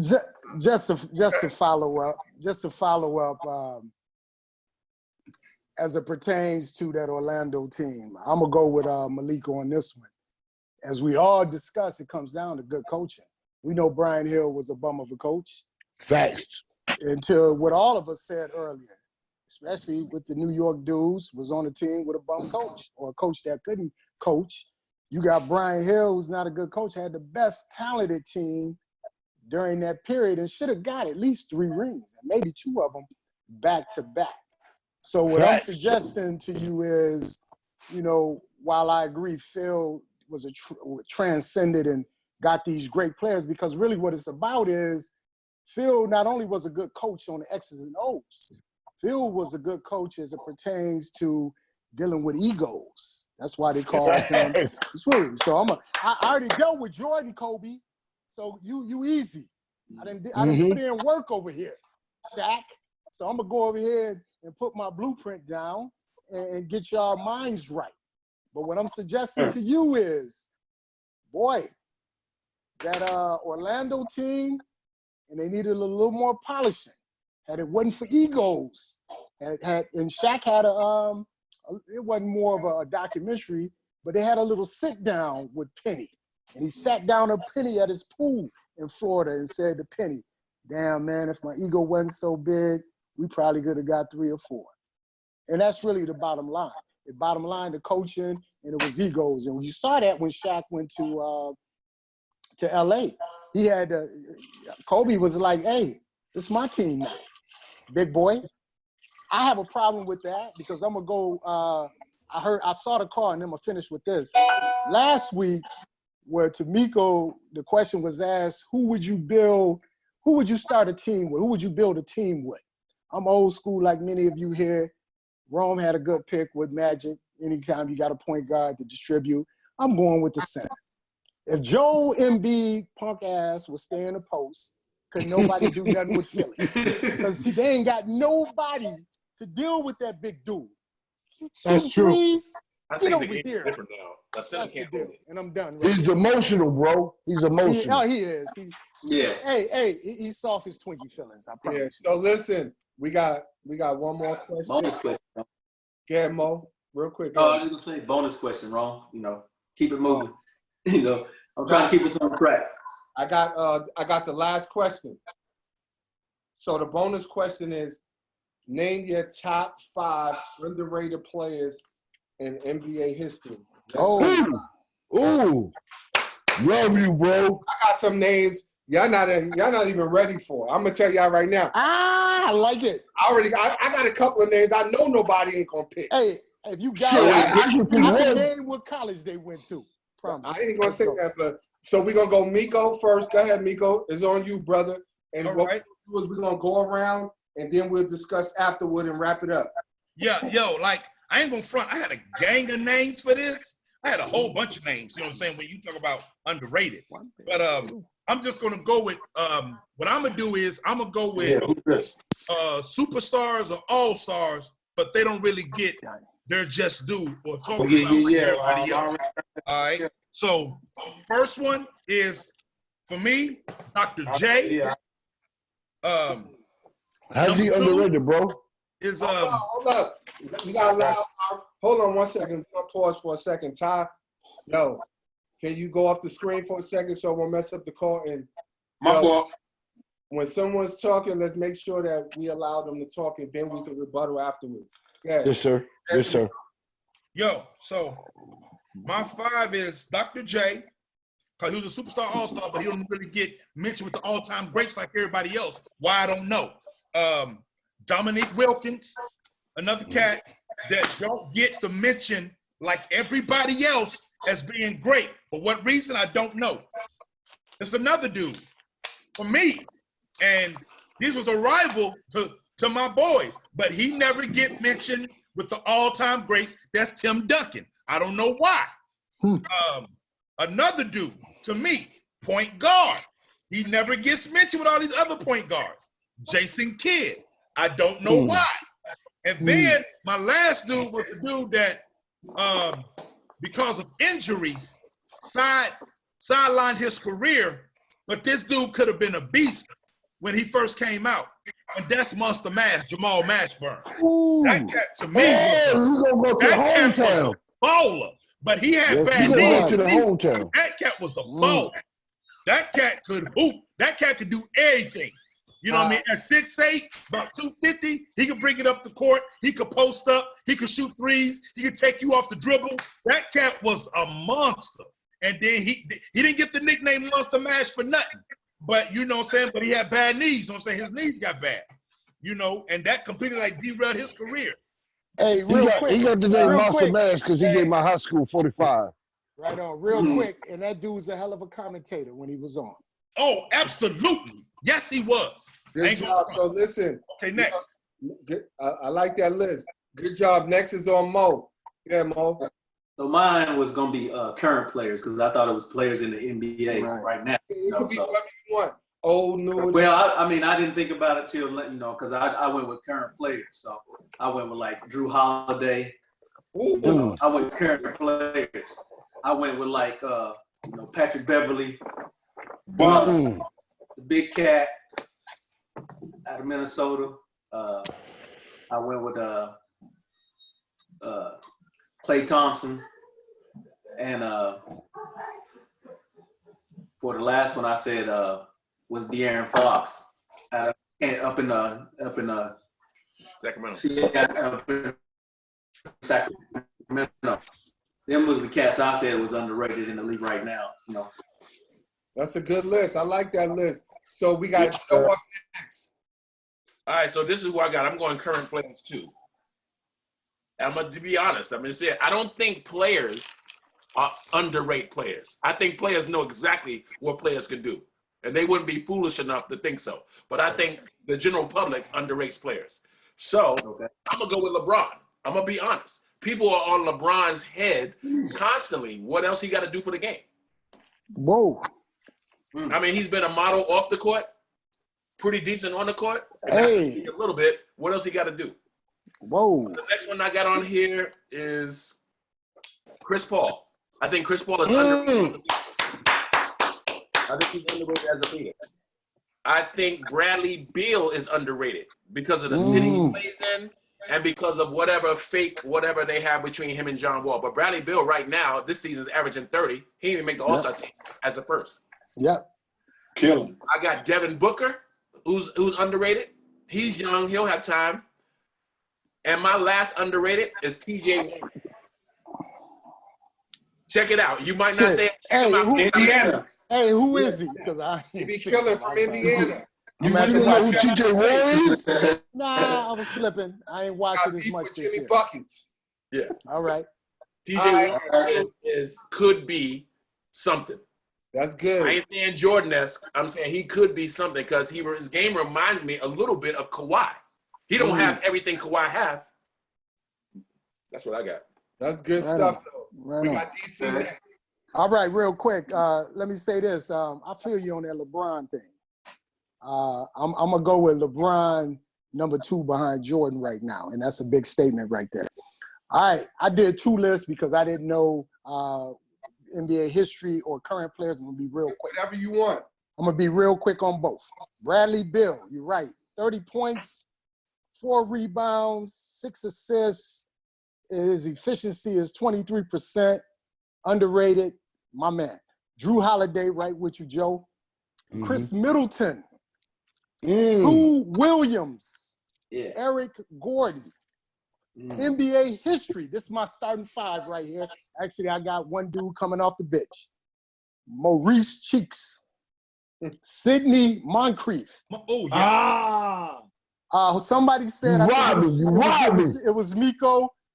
Dominique Wilkins never, ever talked about with the great ones. Bird, Magic, Barkley, Isaiah. Never. He killed them dudes. That's a Alex English. Moses Malone. You took my Moses. And what I gave you is a starting five from point guard, two guard, small forward. And here go my dude off the bench. This gonna blow your mind right here. Or maybe not. Mickey Ficky John Starks. Underrated. He's a bum. Underrated. He was and he did a lot for them New York Knicks. That coaching did him well. And he called me the championship. It did. He's a bum. Called me the championship, man. Starks kept y'all in the game with the Bulls. John Starks kept y'all in the game many years with the Bulls. Hey, listen, Put him on the damn bench. He did. Yo, I don't know who it was, but as soon as he said John Starks, I say he a bum. That's me, son. He a bum. He a bum. That dude did a lot for them Knicks that year. Hold up so we can get through this. We got Dana up next. Go ahead, Dana. Well, he took my Moses Malone. Without all the injuries that happened to him, Baron Davis. Oh, He did it. He did it. Dominique. I had a couple of others, man. Let me think. I had a couple of others. I had wrote it down, but I can't think of it now.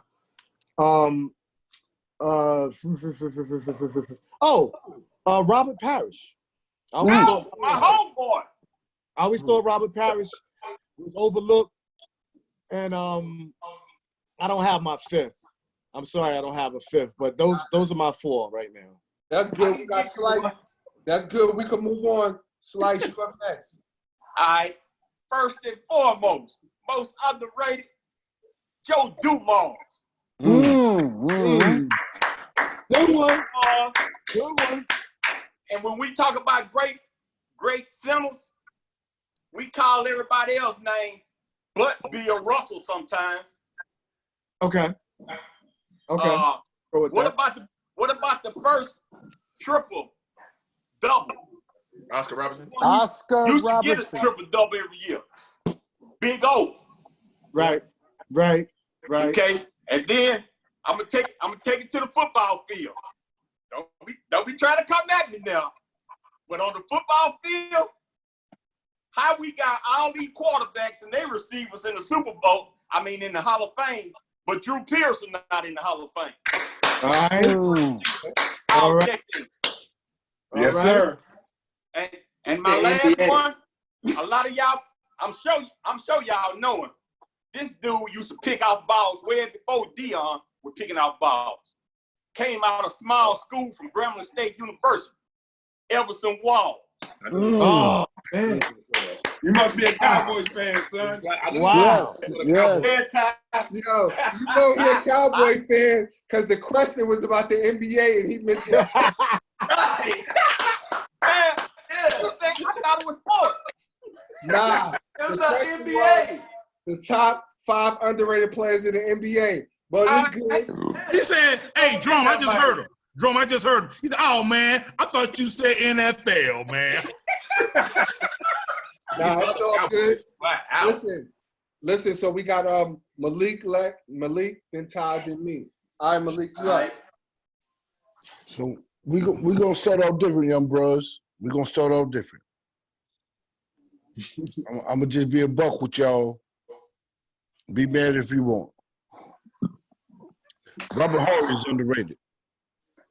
Who? Robert Horry. Robert Horry. Oh, son, knock it off. Chill, man. I want to talk about that Robert Horry later, though. We're gonna me too. Me too. Robert Horry is underrated. So we're gonna move different now. Right. I really wanted to see this dude play in the league. Lynn Bias would have killed the league. He would have killed it. He would have killed the league. Me and Ty had a whole lot of conversations. Me, Ty, and Rome had a whole lot of conversations before I went into the military. Lynn Bias would have killed the league. Oh, no doubt. He was a beast for sure. No doubt. At 6'8". Bias versus Jordan. Hold on, he got 3 more. He got 20 seconds. 20 seconds. Yeah. We'll move forward. I think Kawhi is underrated because everybody's gonna say he's robotic. I'm a Chris Paul fan. I think he's the second greatest point guard to ever live.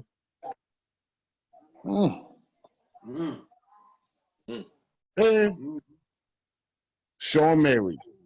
Sean Marion, the Matrix. Y'all quit playing with me. All right. So that's good. We're gonna have an end of discussion on some of this when we done. Ty, Yeah, we're gonna get on this Robert Horry stuff. Yeah, we gotta get on that Robert Horry. Let's go. 20 Ty, superstars. hold up, real quick. Ty, go ahead. Give me your 5. All right, you going underrated now. I'm going Fox from Sacramento. Right. Then of course Garbage. Drew Holiday. Good. He said garbage. Let me think. Underrated. Ty, we talking all time. I was thinking Carl Anthony Towns. Huh? Carl Anthony Towns. Now, to me, Let him get it. Let him get it. Let him get it. Like I said, I got Fox. I got Garbage. Drew Holiday. Other than that, to me, dudes in the NBA get more props than they deserve. But my throwback person who get no respect and they don't bring up the name is my man Hot Rod Strickland, son. Ooh, Man, that might be the number 1 right there, baby. man, That might be the number 1. That's my dude, son. That Never made an All-Star. Rod Strickland was the truth.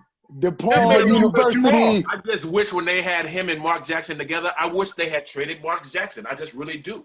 But I just really do. I mean, I know Mark Jackson was Rookie of the Year. I just wish they would have traded Mark Jackson and kept him. Hot Rod.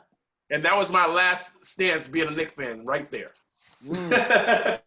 All right, Ron, you can go. I'm done. It's on me, right? So Ty was the only one who had a person that I had on the list. I had Rod Strickland. I had Adrian Dantley. I had Rolando Blackman. Oh, yeah. Got the white boy that people forgot, the first bird, Kiki Vandeweghe. Thought about him. And in my 5th, Scottie Pippen, man, underrated, man. Like Mike, no rings without Scottie. They talking No bullshit. doubt. Hey. Mike wins no rings without Scottie.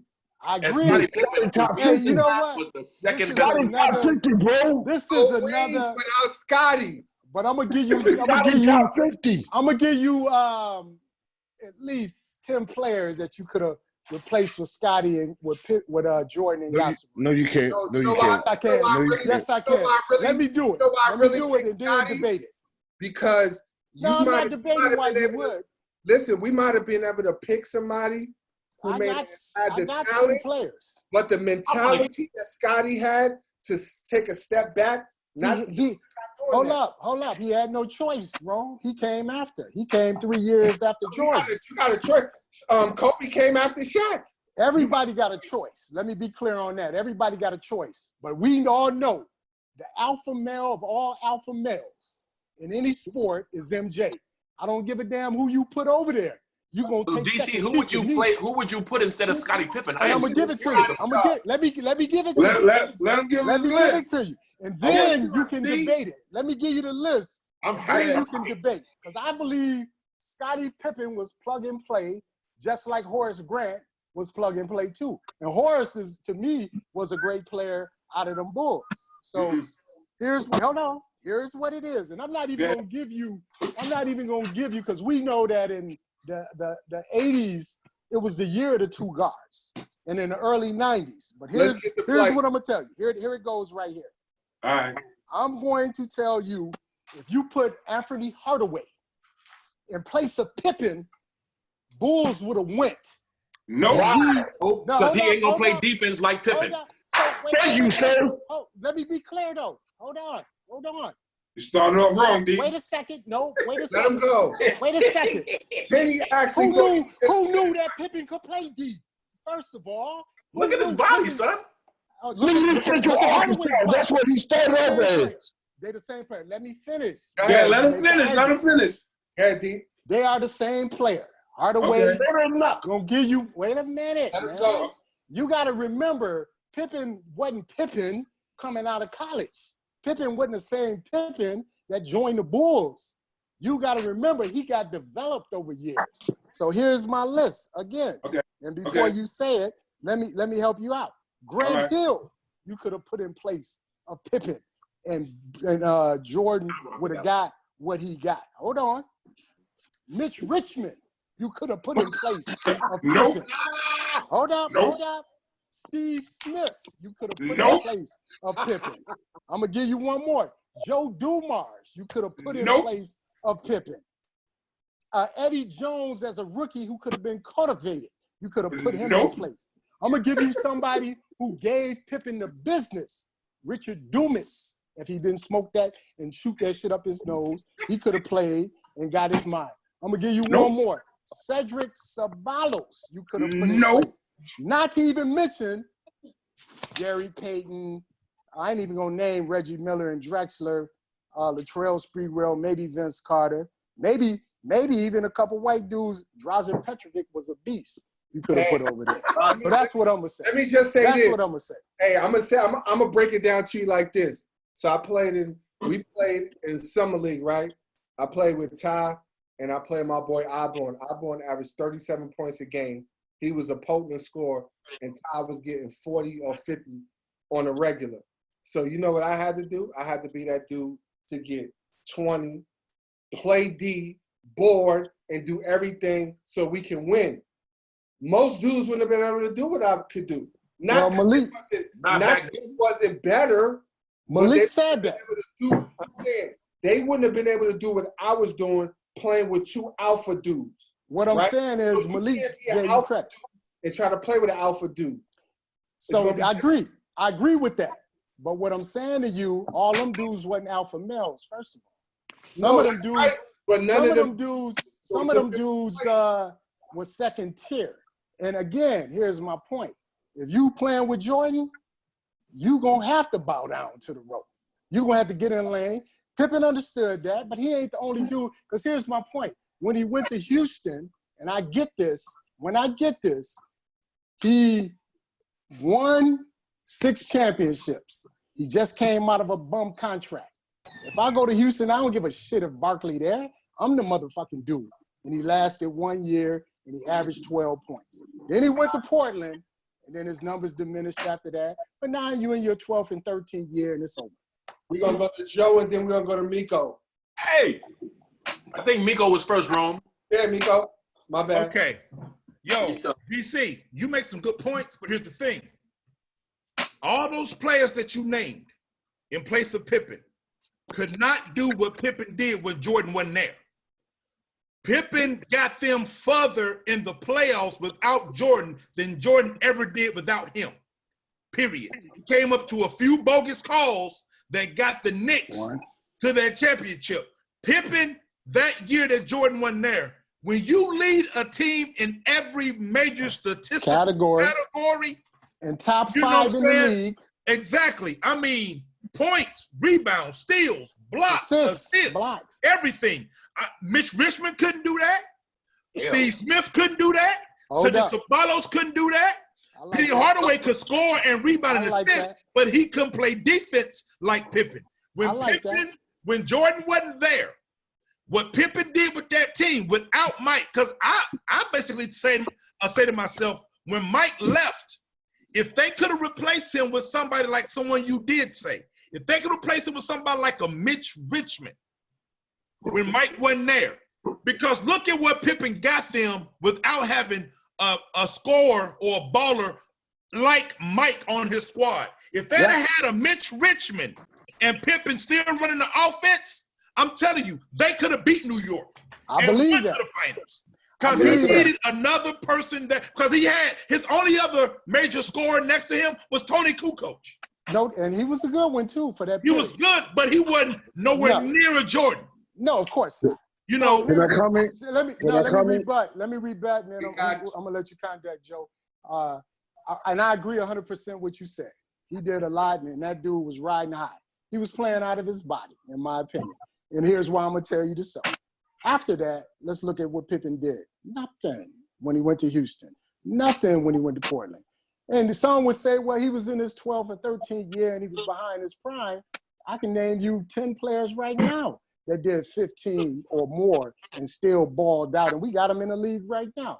So what I'm saying, when we get this narrative about Pippen wouldn't have did it, or Jordan wouldn't have did it without Pippen, how about I believe Pippen wouldn't have did it, or Jordan wouldn't have did it without Phil, and he wouldn't have did it without Detroit. And how about Pippen wouldn't have been as great as he was if it wasn't for Mike? Because you're going to raise your game, and I'm going to make you better. Pippen just had the ability. He was a raw talent. And I'm telling you, if you any of the 8 players, 10 players that I named, they would have felt the bill coming in as a rookie, not knowing anything about the game. They was going to have to bow down to MJ, with the exception of Mitch Richmond, because he might be a year older.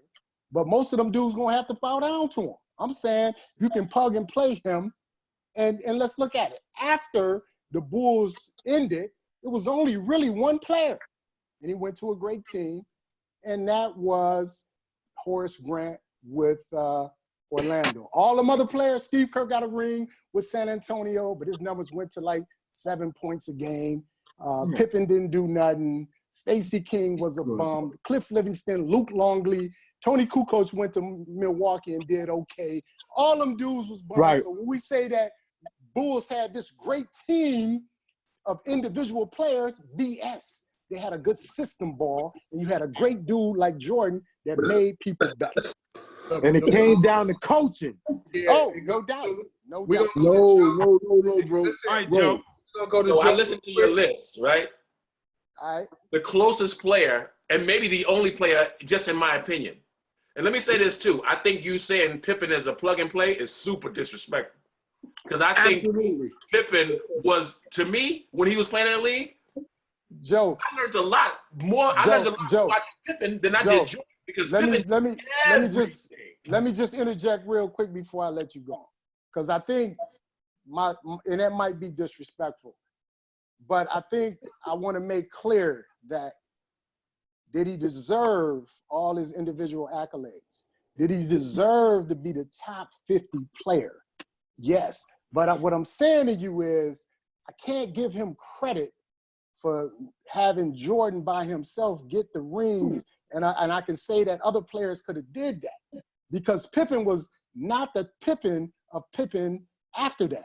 So I'm not taking nothing away from his greatest and what he did and how he did what he did. I'm saying there was several players that you could have put in that role and they could have elevated it. That's my point.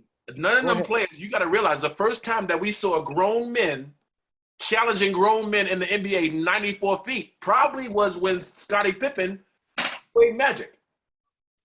If you think about it, he was guarding Magic because Magic was a good player. Don't get me wrong. I can go back. Athletic, and he was. Let him go. I can give you 2 players. Hold Alvin on. Robertson. 1. I can give you Mookie Blaylock on the defensive side, who tacked a player from court to court. Yes, they did. Okay. Look it up. Okay. But like say the fact that I feel you on that, but the fact that Pippen, people are really discrediting Pippen like Pippen was a regular guy. No. Did everything. Not me. And you know what is hard is, you know what is hard? You know what the hardest thing to do? The hardest thing to do is to have a bunch of capability and not be able to express it because you're quasi-handicapped. But you know what? Just like Rome said, when he had Iborn and Ty on the same team, he maneuvered and found how to be productive. That's what Pippen did. And if you could do that at that level with Jordan, I can't knock that man. I got him up there in the top 25 players of all time. Let me be clear. That is not my point. Okay. I give him all of that. Let me be clear. But you think somebody else could have did that? Yes. I'm saying when you say that Jordan, and Jordan did say it, you can't talk about me if you ain't including Scottie in it. But what I'm suggesting is there is at least 10 players. You can cut the list down to 5.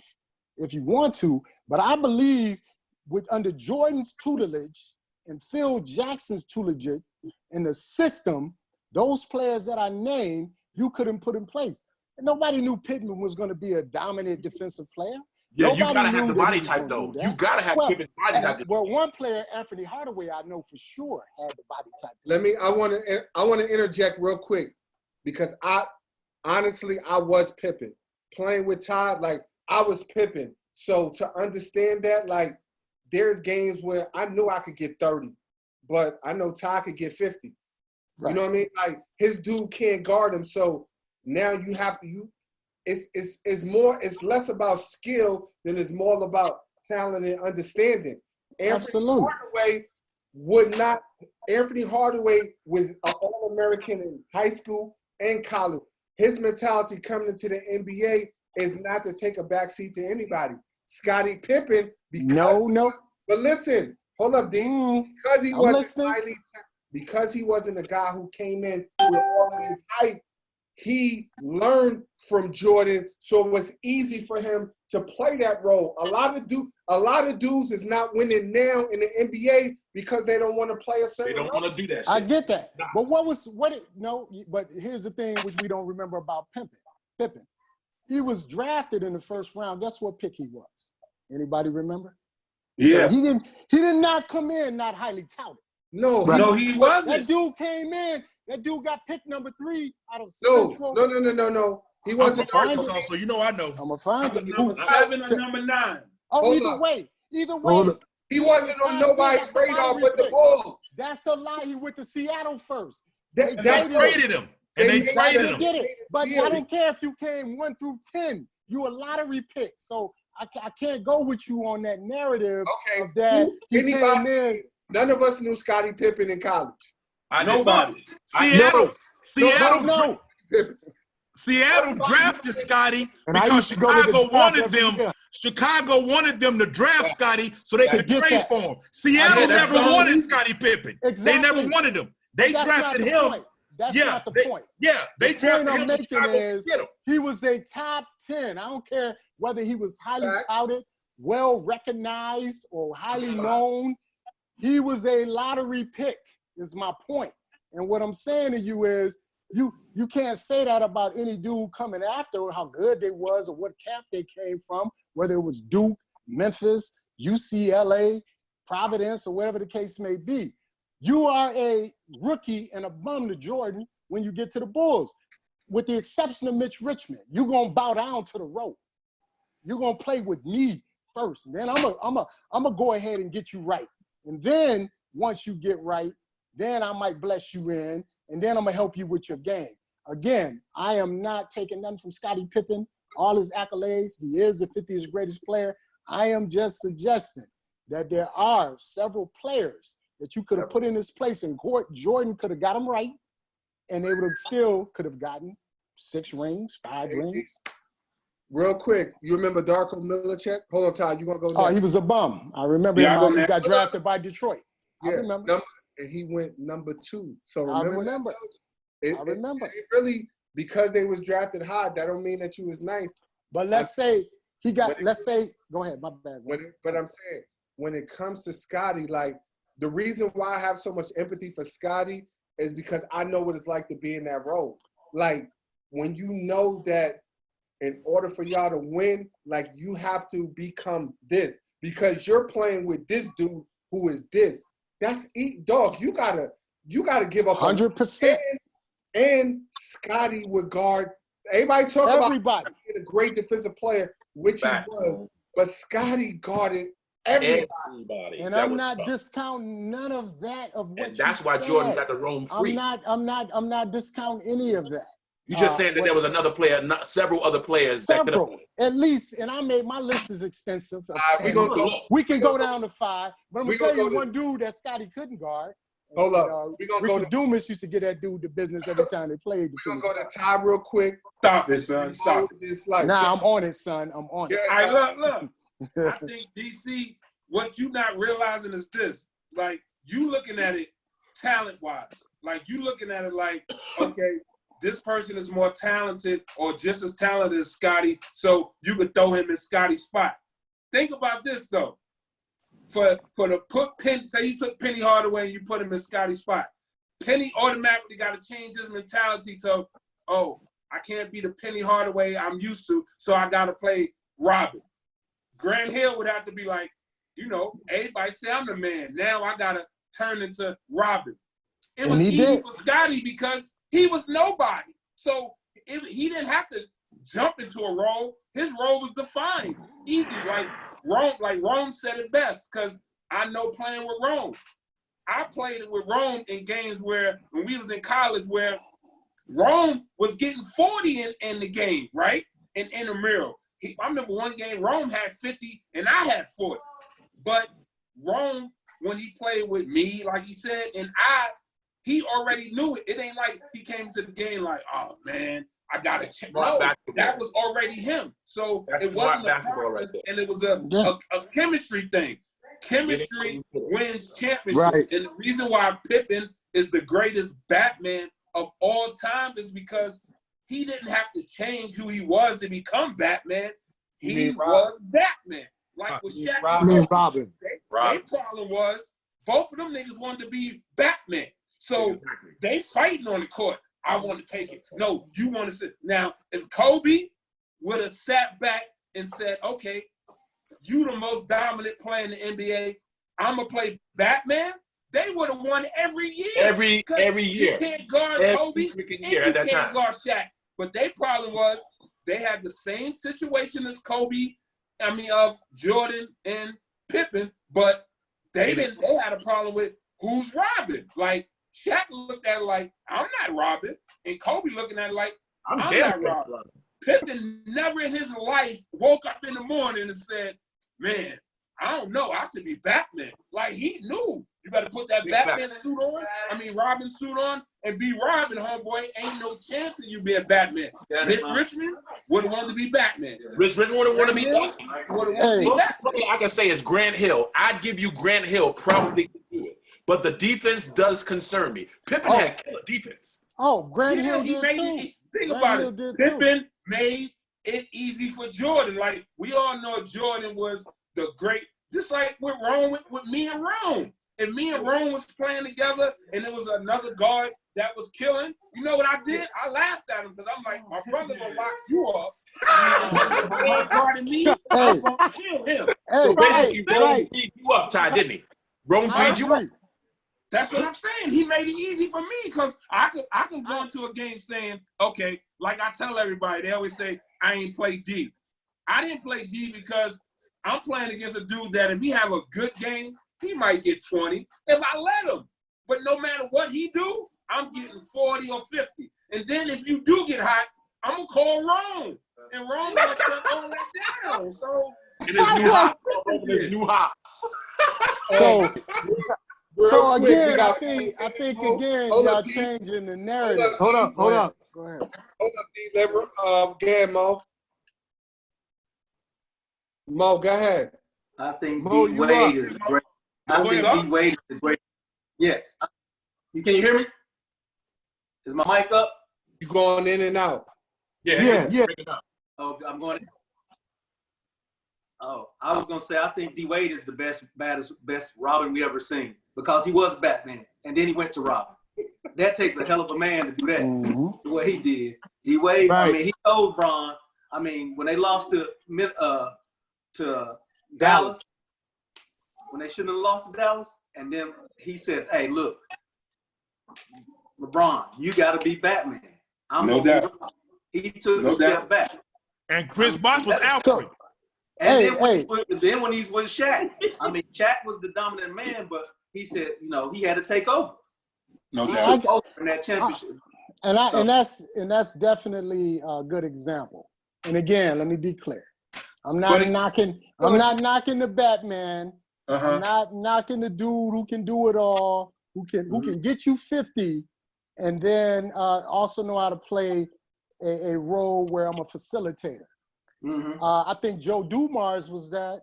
Is another example for how you no doubt. I think that. No doubt. So that's. But again, that's not my point. My point is not who's Batman. I'm gonna say Kevin McHale was the Batman to Bird. we can talk a lot about the Batmans to certain alpha male players. Yeah, but Mikel ain't got 6 rings. I'm being clear. Well, they got rings. I mean, we know that Boston. We got that. We can debate rings. Barkley. No, you can't. No, you can't. Ewing ain't got no rings. I'm not debating 6. I'm saying what I'm saying is, give me 1 and I'm good. I mean 6. We know what it is. But what I'm saying is, I can name many Batmans to the Robins or Robins to the Batmans, and we can name those players all the way throughout the league on every history. I'm just saying, and again, don't misunderstand my point. Pippen was a cold dude.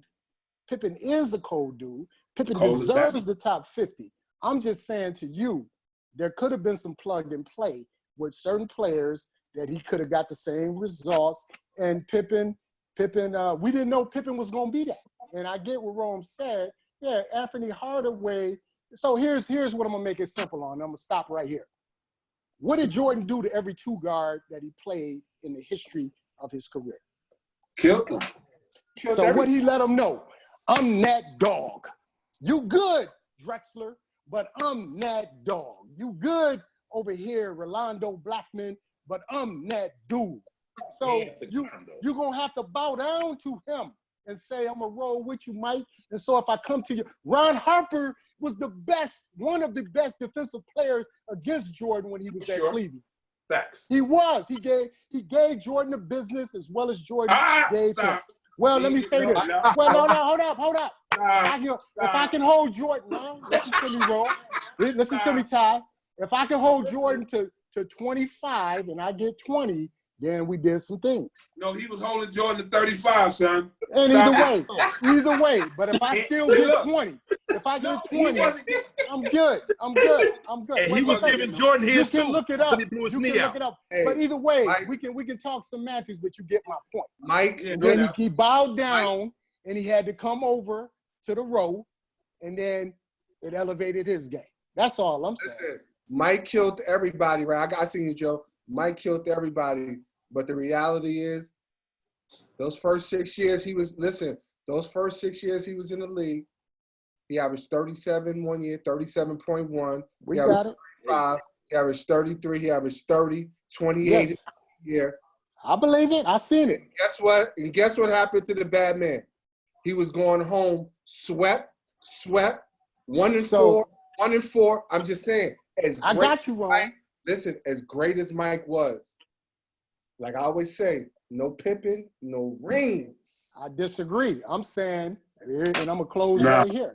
What I'm going to say to you is, all them dudes bowed down, and they're going to go over there and be under the alpha male. I don't care how great you thought you was us, coming out of college, coming from another team, Ron Harper, anybody else, or Dennis Rodman, you're going to come over here and you're going to bow down and be on my team and help me win these championships. So we can sit here and say that Hardaway wouldn't did it.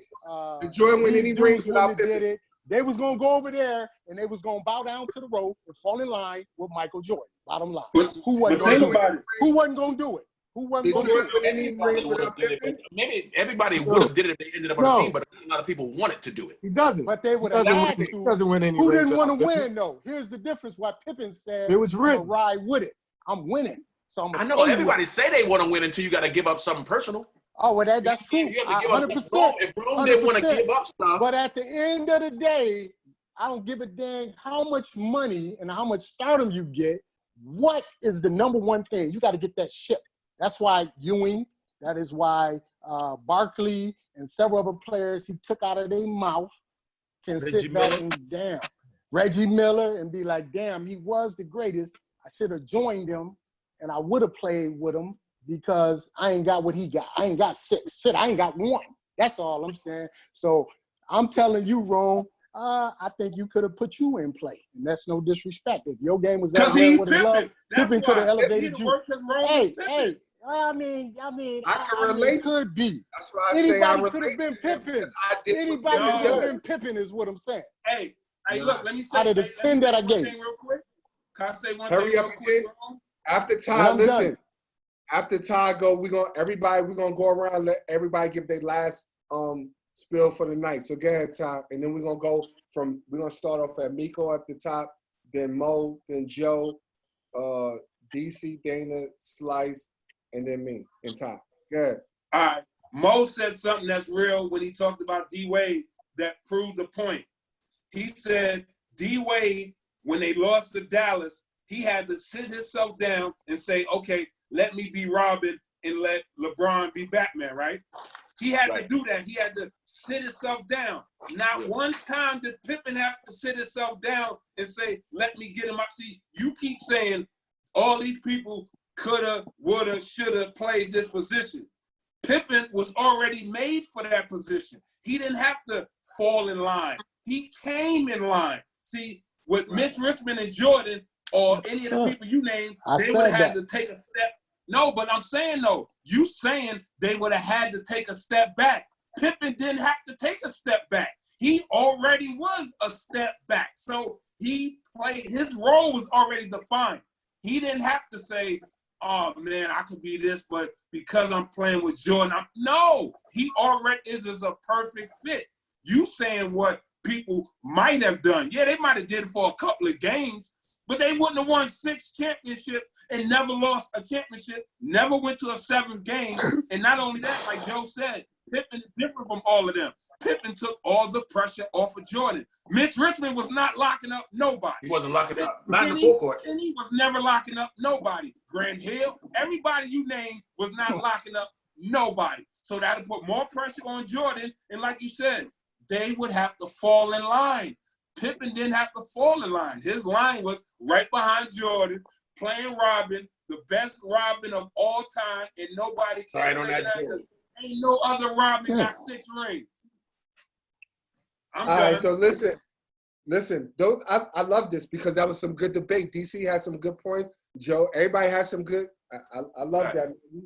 The great thing about this is that we all see basketball through different lenses. We think and we feel that if you could plug this player, you could plug that. That's what makes for a great debate. So I love that. So what we're gonna do now is we're gonna end with everybody. You can say anything about the show or what you learned or what you want to talk about, and then we'll be done. Again, we're gonna start with you, bro. All right, just real quick then. What we gotta understand too, like when it comes to this basketball thing too, if it wasn't for Pippen and Phil Jackson, we'd have been talking about Michael Jordan just like we talk about AI. Great player, put up points, was a killer, but never won anything. You know what I mean? Yes, sir. You know what I'm saying? So, and then you got to think about too, yes, it all comes down to coaching and all that stuff too. That's why Phil Jackson is so important. Because I'm going to tell you right now, when the Bulls played the Trailblazers, and yes, Mike was killing Drexler, was killing him. And if coaching, if he'd been thinking, instead of Drexler trying to go mano-a-mano with Jordan, which was stupid, what he should have done was, what we gonna do is, we gonna keep with this game plan of, because Terry Porter was killing John Paxson them. Cliff Robinson was killing them. But they started trying to run their offense through Drexler because Jordan was killing them. They should have just stayed with Porter and Cliff Robinson because they was killing the Bulls. But no, they didn't do that. Then we learned from The Last Dance, which I forgot about this. Then I realized, I'm like, damn, that's right. Gary Payton didn't guard Jordan until the 4th game. And that's coaching. Because Gary Payton was known for defense. Who knows how that series would have turned out if Gary Payton had been guarding Jordan the entire time?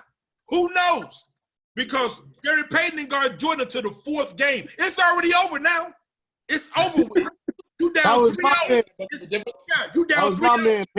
It's over. You know what I'm saying? So, and that's coaching. That's coaching. You know what I'm saying? And Phil Jackson them knew, look, we're gonna run our offense. That's gonna circumvent and kill anything that anybody else trying to do. And how they also too just glance over the fact that when the Bulls played the Lakers in '91 and they beat the Lakers, everybody talking about how they beat Magic and all that. Did they not forget that James Worthy and Byron Scott was injured? Yeah. You know what I'm saying? James Worthy, somebody that could have been on the underrated list, one of the 50 greatest players. Big Game James, Worthy, and Barry Scott, two of Magic starters who could get buckets, was injured in game 3, 4, and the rest of the series. So they just glanced over that fact. So it's coaching, it's yin and yang, it's like Batman, it's your Robins, it's all of that. So once you understand that, and then you understand like how that all goes, how all that mixes in together, then that's when you understand and you see how all of these scenarios played out throughout history. And that's all I got to say. Yes, sir. Appreciate it. Appreciate that. We got Mo next. What's up, Mo? Well, yeah, man, this has been outstanding. There's been some great basketball knowledge shared amongst everyone. And we all debate like coaching about players and everything else. It's just like you said, coaching is so integral in the part of the game. It's like I think about when John Starks missed all those shots and they had Ro Blackman on the bench. You mean to tell me he could come in and get one bucket and stop the bleeding? I mean, it's so many instances in that where, you know, coaches seem like they just fell off the wagon or stopped coaching or forgot their bench or forgot other players that got them where they needed to be. And the role players, you know, like we said, and underrated people get so left out of the game, man. It's like, this is just amazing how, you know, like I started thinking about old school underrated players. I think Kevin Johnson, KJ, was an underrated player. He was nice too. And so y'all was, you know, mentioning people, and I'm like, wow, these cats mentioned some cats that like, wow, they were really underrated and everything. But like I said, you know, I just think about the instances when Golden State and Houston play, you know, like I said, they don't go to the hole, they don't get a bucket, just keep shooting threes, keep shooting. Coach, I mean, and then, you know, same thing with the Knicks. It's like repetitive history. I've seen this happen, you know, with other coaches, and it still happens. It's like, man, how they do that? You know, so it's like, it's just amazing, man, you know, and there's so much knowledge, you know, guys, and I love it, man. You know, I feel it, man. And like I said, D Wade was the ultimate, like I said, to me, because I mean, you Wade County, that's your county. LeBron coming to play with you. You ain't going to play with LeBron. Yes, sir. You know? Right. So that's like, that's big ups. That's all I got. Good stuff. All right, we got my man Joe Disco. What's up? So points. I wanted to go ahead and, you know, first of all, I respect everybody's opinion. You know what I'm saying? So when we chatting it up, yo, that's dope. Second, that Robert Horry thing. I want to touch on that Robert Horry thing. You know, we have this conversation at the gym all the time because Robert Horry got 7 championships, but bro, like, in those 7 championships, he probably had 50 total points. Not that that's, you got to have points, but it ain't hard to stand out there and feed off, just like Kenny Smith. Kenny Smith, Robert Horry, all those dudes fed off Olajuwon.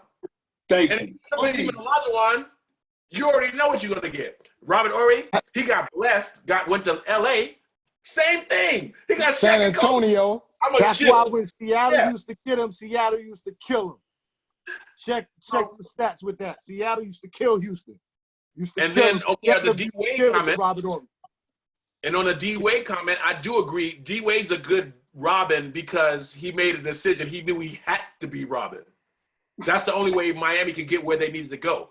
He had to be Robin at the time. So that's good, but they don't have enough championships for him to be the best Robin. The best Robin, I just want to say Pippen, to me, Pippen has a lot of people. If you have a little kid, right, who wants to learn the game of basketball, I would advise him to watch Pippen before he watches Jordan. That's all I got. Okay. Right. Okay. I could dig that. All right. We got DC next. All right. First and foremost, Rome, I'm loving the platform, homeboy. Thanks. I remember you was the commissioner of our Madden League back in Turkey.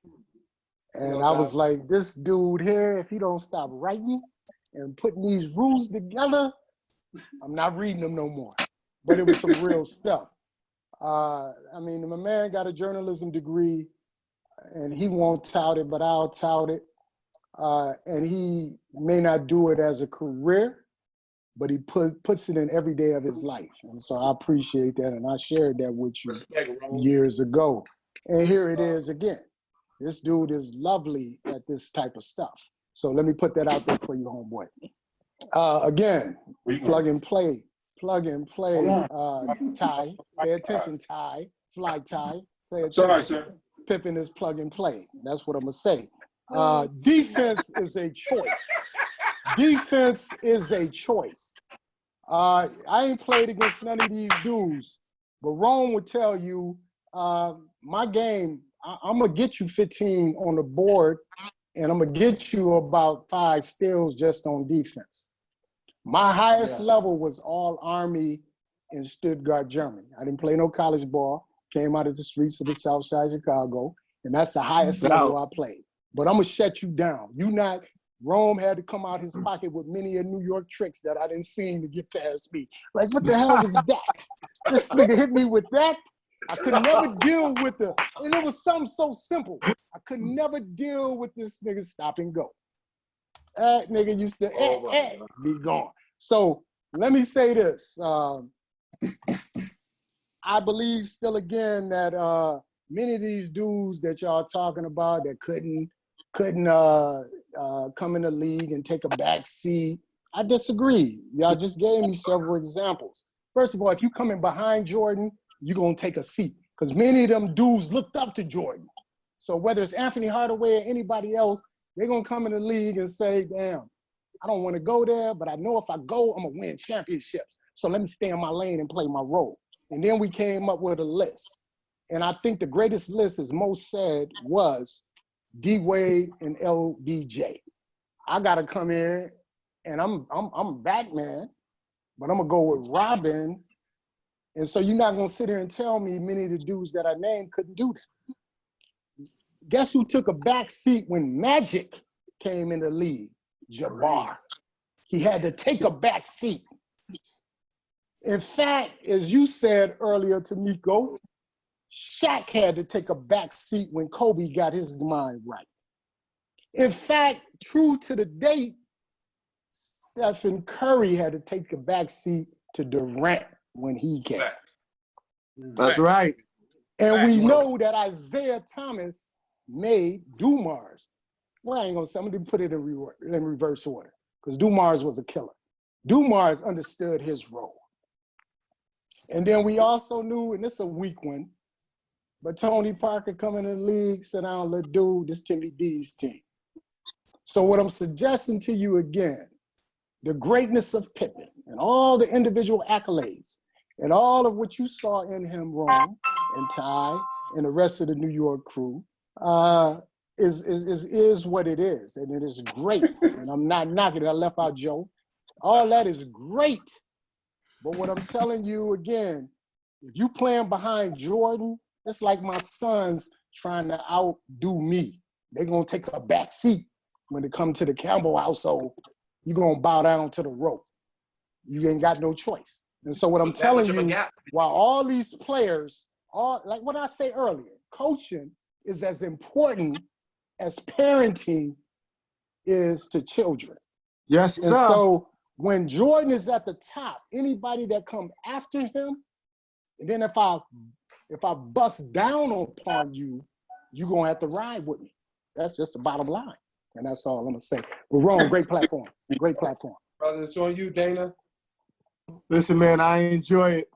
I enjoy, hearing everybody's opinion. And I mean, it's great, man. I really do. I look forward to it, and I look forward to our next one, man. I appreciate all of y'all. Boy, Dana, be brief. I love it, baby. I love it. I wish I could be there, I'm not. Dana. I wish I could like be there, the Dana. I'm long-winded, man. Good job, Dana. You got Slice next. Hey, man, first and foremost, man, I want to say I appreciate being part of it tonight, man. Great platform, like DC said, Rome. Awesome job, man. And I appreciate Mo for telling me about it and getting me involved in it. Thank you for coming on. Man, I must say, man, y'all brothers know a whole lot of history. Appreciate everything. Oh, wrong. I had my hand up one time. I want to get my two basketball players here. Hey, I got to say Elgin Baylor and Dirk Nowitzki, baby. Hey, Dirk, brother. Love it. No doubt. Yo, Nuke. Hey, Nico, give up some of them wings, homeboy. You know what I'm saying? Yo, and with Dirk, I think LeBron would agree. Hey, he did do it to him. Hey, we got Todd next. Oh, first of all, I want to say thanks to everybody, man. It's cool speaking to a bunch of brothers who know sports, and we all can talk and disagree and laugh and joke. So it's dope. But I wish Malik was still on this line, because for real, this Robert Horry thing, I don't know. like Joe said, think about it. Robert Horry, like, okay, he played with Akeem starting off. So all he had to do is spot up, wait to get double team and hit jumpers. Then he played with Shaq. All he had to do was the same thing. Then he go play with the Spurs. Like, you ain't doing nothing. You just, it's like moving to the right place at the right time. Like, his 7 rings, don't get me wrong, he a winner because he been with the right teams. But you will never, ever bring up Robert Horry talking about he underrated. Like, if anything, he overrated because if he didn't have 7 rings, you would never even bring him up. Like, what did he do? Big shot. And he will never be a Hall of Famer. I don't give a damn. What did he tell Pat? Jamal Faulkner was the best person on that Alabama team. Jamal Faulkner was the best person on that Alabama team. That's what he always tell Pat. Y'all don't think Robert Horry gonna slide in there for the Hall of Fame? No, Hall of Famer? No. Look at his stats. I'm not saying he deserve it. 7.5 points a game and 5.8 rebounds. That's not there good. you What go. Oh, man. That's not going to do it. Tony Romo going to the Hall of Fame. Now, I will say he was critical, and this is what I will give him. He earned them rings because it was the big shots that he hit to get the rings. Big shot, Bob. But that's his name. But overall, complete game, he's not a. Eric Fisher got 5 rings. Yes, he did, and he had some big shots too. But is he that dude? No. I wouldn't say a bum, Ty. You hard on him. He's a bum. You hard on him, baby. Hey, I said years ago, they would never win. LA would never win another championship with that dude at the point guard. And I was like, oh shit, I had to change my tune. Now I ain't saying he's a great player, but I wouldn't go far as saying he's a bum. I don't get me wrong. Anybody, I look at it like this. You can't really say anybody in the NBA is a bum. When I call somebody a bum, it's because I look at a basketball player like this. If I'm going up against you, for instance, Derek Fisher, if I'm playing against Derek Fisher, you know how many points Derek Fisher going to score against me? Maybe 10. I don't know. If that. But you know how much I'm going to give Derek setting Fisher? the big screens on your ass. You never know. Derek Fisher might lock you down, though. He had good beat. No. There's no one that's been born that can lock me down. Hey, you know what? Look. All you dudes on it. All you dudes on here. I'm not gonna lie to you. I went out to Arizona on the job. And Rome had been telling me for years, because I was, acknowledging his game. Damn, Rome, Rome, let me, and y'all may know him from other places. Let me say this. I think Rome won maybe 2 base championships in Turkey. And everybody knew that this dude had to play some college ball. But that wasn't the point, because there was many other dudes that played college ball and joined the Air Force. Oh, yeah. This dude had a Bulls-type San Antonio team. Bunch of key players. The security forces had the whip. Them dudes had 30 dudes that could have started on any team. And this dude led them, and they beat us. I was in the med group. We had a good team too. But he used to tell me, DC, sorry, I got to do it to you. He hit me with some Jordan type shit. Now, I got, look, ain't no bullshit. I got my double-double. I'm going to get my double-double. And he dominated in such a fashion. And I'm gonna give Rome's word, not mine, because this is not disrespectful, but I'm gonna tell you what he told me.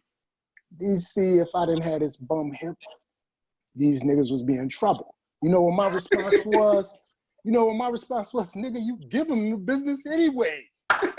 with a bum hip. He was giving these. That's And I didn't mean to put your business out there wrong, because I don't know how much you told whoever about your surgery, but Yeah. this dude was at 50% giving these dudes the trouble, facilitating. I played on him with an over 40 team. DC get in the post. Had a little muscle on me. Bang. I didn't have to do nothing but lay the ball up. Bottom line. Real quick, what I used to tell him, y'all catching me at 50%. If I was 50%. I'm killing these dudes at 50%. And he was trouble. I said I had trouble with him. If I was in my dunking days, it was over. Like it was, and I could tell. And I could tell because I could see it. And again, my highest level was I got a tryout for the All-Army team. That's why I asked Malik, where was he at? I got a tryout for the All-Army team in 1988. I didn't make it, but that was my epitome. So I know basketball too. Yes, sir. When I saw him, I had to ask him, where you play ball at? And I knew just on the accent, New York, all right. And he told me where, and then all I had to do was see his game. I was like, sheesh. And again, 50%, 50%. And then he just told me about this dude, Ty. And I'm going to tell you what Ty, I already said it, but he was like, you think I'm nice, D. My brother Ty, if I gave 30, he gave 60. He gave this, he gave that. I'm like, that nigga that nice? So look, I told you, last year, right around March, I fly out to Phoenix, Arizona. I'll let Ty. Ty was like, hey, I got a game tonight. Come check me out. Ty, you 51? Yeah, I'll be 52 in October. 52 in October. Ty gave a effortless, and I, because you tell me you nice, I'm going to take points. I might pull out my pad, count everything that you do like a coach, like I'm at the scoring table. This dude effortlessly dropped, and he gave you everything. That and y'all know this if you from New York, that pull-up jumper. Yeah. Like, woof. I know in the day they couldn't stop that. The three, and he shoot a set shot. And I'm thinking them niggas gonna block that shit. And these dudes was you can tell that they hooped at college levels too. This is not no punk league. And I'm thinking he gonna get that shit beat. And he wasn't even like trying to rush it. You think he's not gonna get this shot. Wow. Nigga might have hit 10 threes, 5 pull-up jumpers, a couple fast break layups. I was like, okay, all right, let me put my notes down. Rome says what you is. I'm gonna be real. I'm gonna give it what it is. He told me in 2007, and I saw it in 2019. That's crazy. It is. So who, show of hands though. I'm 51, I'll be 52 in September. Who really hooping? This dude hooping like he not 51, like he 31. Right. That's what blew me away. Right. It's a lot of things you got to do that. First of all, you got to keep your body right. That's the first thing. The first thing, and you got to be lucky, kind of. Dude here right now at Keesler Air Force Base. He from New York. We call him LB. He from Brooklyn. He's still hooping. He's 64. Wow. Sound like Ray. He's still coming and look. And here's the thing. He ain't no scrub. Like, he's 64 and he still come in to sign up and hoop. At 64. Right. And dudes can't deal with it. Yeah. Players don't work on their skills. They work on their athletic. You know what's funny? When we were little, we used to play against bigger dudes. But I remember when we used to start, you know how when you little, you ain't really that dedicated to basketball and shit. I remember. Because you don't know. Tyrone remember that too. We'd be fucking around doing something else, hanging out, something else. We go through the park in the middle of the night. Who's at the park? Rome's at the park. He told me about that too. You remember that time? He told me about that.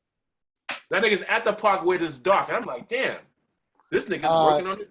So I'm saying these niggas probably went hard working on their game. That's how you get better. It's funny what you said, and I can appreciate that when you went away, that you came back and saw these dudes like, whoa. Another thing, lastly, and I'll cut it off right here, there's a thing in anything that I do, I like to do, I like it with efficiency. I'm going to do more with less. The other thing, Ty, shout outs to you, because when my son, he's here now, the one I told you about, I'm going to send him your way. Yes, you sir. got to get used to this job. Your efficiency. And a lot of people don't recognize that right now, especially in the how efficient are you in what you do? And that's the thing I saw. That's why I couldn't believe when I counted my little strikes. Man, this dude got 52 points? What? That's efficiency. And I'm going to leave it right there. Appreciate it. So No doubt. Man, I want to say thanks to everybody. My boy Tamiko, because he allowed us to use this platform for sure. No doubt. But y'all heard me give props to Joe earlier. I got to give him props again because guys like him, my brother, other guys it was guys in our park that was way better than us. Like, people don't realize how much we had to put in to get good. Joe was one of those Yes, sir. I can honestly say was a little better than us when we was growing up. You know what I mean? He had that, like I told you, if you didn't come correct, you was getting embarrassed. Like, in our park, like, it wasn't no, like, you my man and we cool. No, I'm going to destroy you every day until you learn how to get better. So those guys really made me and Tyler, we had to go to the park and be like, yo, we got to step our game up because these dudes is nice. And not only that, they lived on the other side of the town. So they lived on Liberty on South Side, and they was coming to our park where we was at and just dominating. So you can imagine how that felt like, yo, you got to step your game up. And then we had the old school dudes who taught us how to play, but wouldn't let us play until we got better. So I think just like with this platform, man, I respect everybody on here. My man Mo from Texas and Slice, I'm glad that they got on. And they starting to know you guys as well. My man Dana, of course. And Ty, like I said, man, I was Pippen, man. I was Jordan. Like, that was my Jordan. Like, because I went into battle with that dude every day knowing, dang, I got somebody who could get 40 and 50 every game. Not some games, like every game. Do you know how much pressure that take off your game? Like, all I had to do was really go out and play D. If I need to get 30, I can get 30, but I really didn't have to because I had him who could get 40. I could say, yo, Ty, go get 60. And he could do that. That's why I'm saying that Pippen thing is a mindset. Like, I saw it. Standing room only parks. This dude has 79 points in a game. Wow. That's right. That's right. The best game, the best time I ever seen Ty, we went to Brooklyn, we played, and he had 56. We played these dudes who was supposed to be nice. We ran through them. We drove from Brooklyn to Queens, got out the car. We didn't stretch. We didn't do nothing. They said, yo, y'all playing the defending champs. They backcourt with such and such. We already knew that these dudes wasn't that good. And everybody was hyping them up. And we always said, yo, when we play them, we're going to destroy them. I had 31. Ty had 61. We had 92. These dudes didn't even have 10 points combined. That's crazy. Yo, Right. Incredible score, but it goes back to guys like Joe, my boy Osborne, Neil. Like, these guys was better than us. Like, when we first started playing, like, yo, these dudes was nice. And that's why we take ball serious and understand this because these guys came to play for us. So I'm giving mad homage to my man Joe Disco, as I like to call him. You guys were always good. That's it, man. You know what I'm saying? You just took it to a whole other level. Whole other one. I seen Ty in Germany. And Ty don't even remember this. I don't probably even like me. But I seen Ty in Germany when he came to visit you, Ron. And Ron, you was on the sideline. And I'm looking at you, and Ty was on the court. And I'm sitting up there like, yo, who was that? You're like, yo, that's my brother. And Ty was giving business. You might have got some noise in the background. Matter of fact, Ty was on the court. Yeah, I hear some noise in the background. But Ty, I'm watching him, and I'm listening to Ty talk to cats on the court. These cats are supposed to be nice. And Ty just sitting there dribbling. looking at cats, sitting there just dribbling. And I'm like, yo, so you gonna give me the J? You gonna just give me the J? Stroked it. Dude come up close, kind of like, you too close. I'm gonna go by you. I'm telling you now, you too close. Shoot to the rim. Ty do a step back. I'm like, Rome. And Rome was like, yeah, man. Like, Rome said, you ain't seen nothing yet. Yeah. He said he's gonna keep killing him the entire game. And that was crazy. I was like, he was killing. I was like, who was they? And Ron was like, yo, that's my brother, man. He's like, yo, because I've always thought Ron was mad nice. And I always said, man, Roman, you can hoop. Ron said, man, you ain't seen my brother. Hey. Let me just, I'm sorry. I said I was going to be more like Joe brief or Malik brief, but you said something right there. That's one thing, because people would compliment his games, particularly to me. I would say, damn, Rome, shit, I could imagine you in your day. He was like, D, I'm nice, my boy, my brother Ty. So Ty, the dude, much homage and respect for you all day long. But let me show you the humbleness in Ty too. Let me show you the humbleness in him. So we, after I watched him, he dapped me up, holla at you, see you on the next one. I texted him and told him, damn, homeboy, you dropped 50, blah, blah, blah. He said, I did. I said, yeah. And that ain't the humble part. Here's the humbleness in him. He was like, yeah, I felt like I had to. My brother Rome talked me up. So I felt like, who says that? Who says that, B, I gave you 50 because I know my brother show a lot of love to me? That, to me, is humbleness, to say, I really didn't need to or wanted to because he had a great team. And again, let me be clear. We know New York, Chicago, Philly, Detroit basketball ranks supreme if you want to do the numbers and who in the NBA. And I'm sorry if I left out a couple other states, my bad. But we know that's some of the ranking right there. And if you don't know, you better look it up. No doubt. But we know that everybody comes from somewhere, and a lot of people go to Vegas and Arizona from other cities. So what I'm telling you, when I watched that game, I can tell, damn, because it was 6'9", 6'5", 5'11", 6'2". These dudes was on another level. Again, to my point, wasn't no punk league, but this dude was just humble about it. Did I really? I say, yeah, you did. And I heard of him. That was the first time I actually met him outside of the wedding. And my man, I know about you, homeboy. Get it? I appreciate it.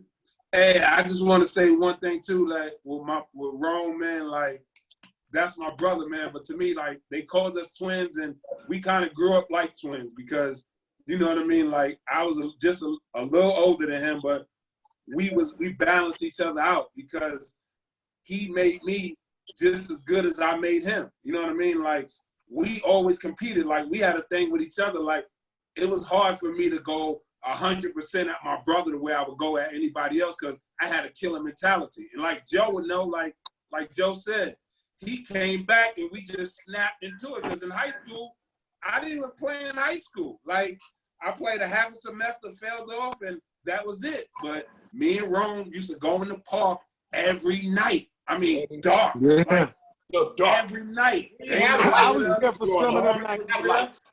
And we had one pole with a light that shined on the court, no net. So you really didn't know if the shot went in sometimes. We had to figure that one out, but all we Remember did how excited we used to get on Sundays when King used to put the nets up? Yeah, we get excited on Sunday, yo. Yeah. Yo, nets out today, yo. He was like, word? Oh, hell yeah.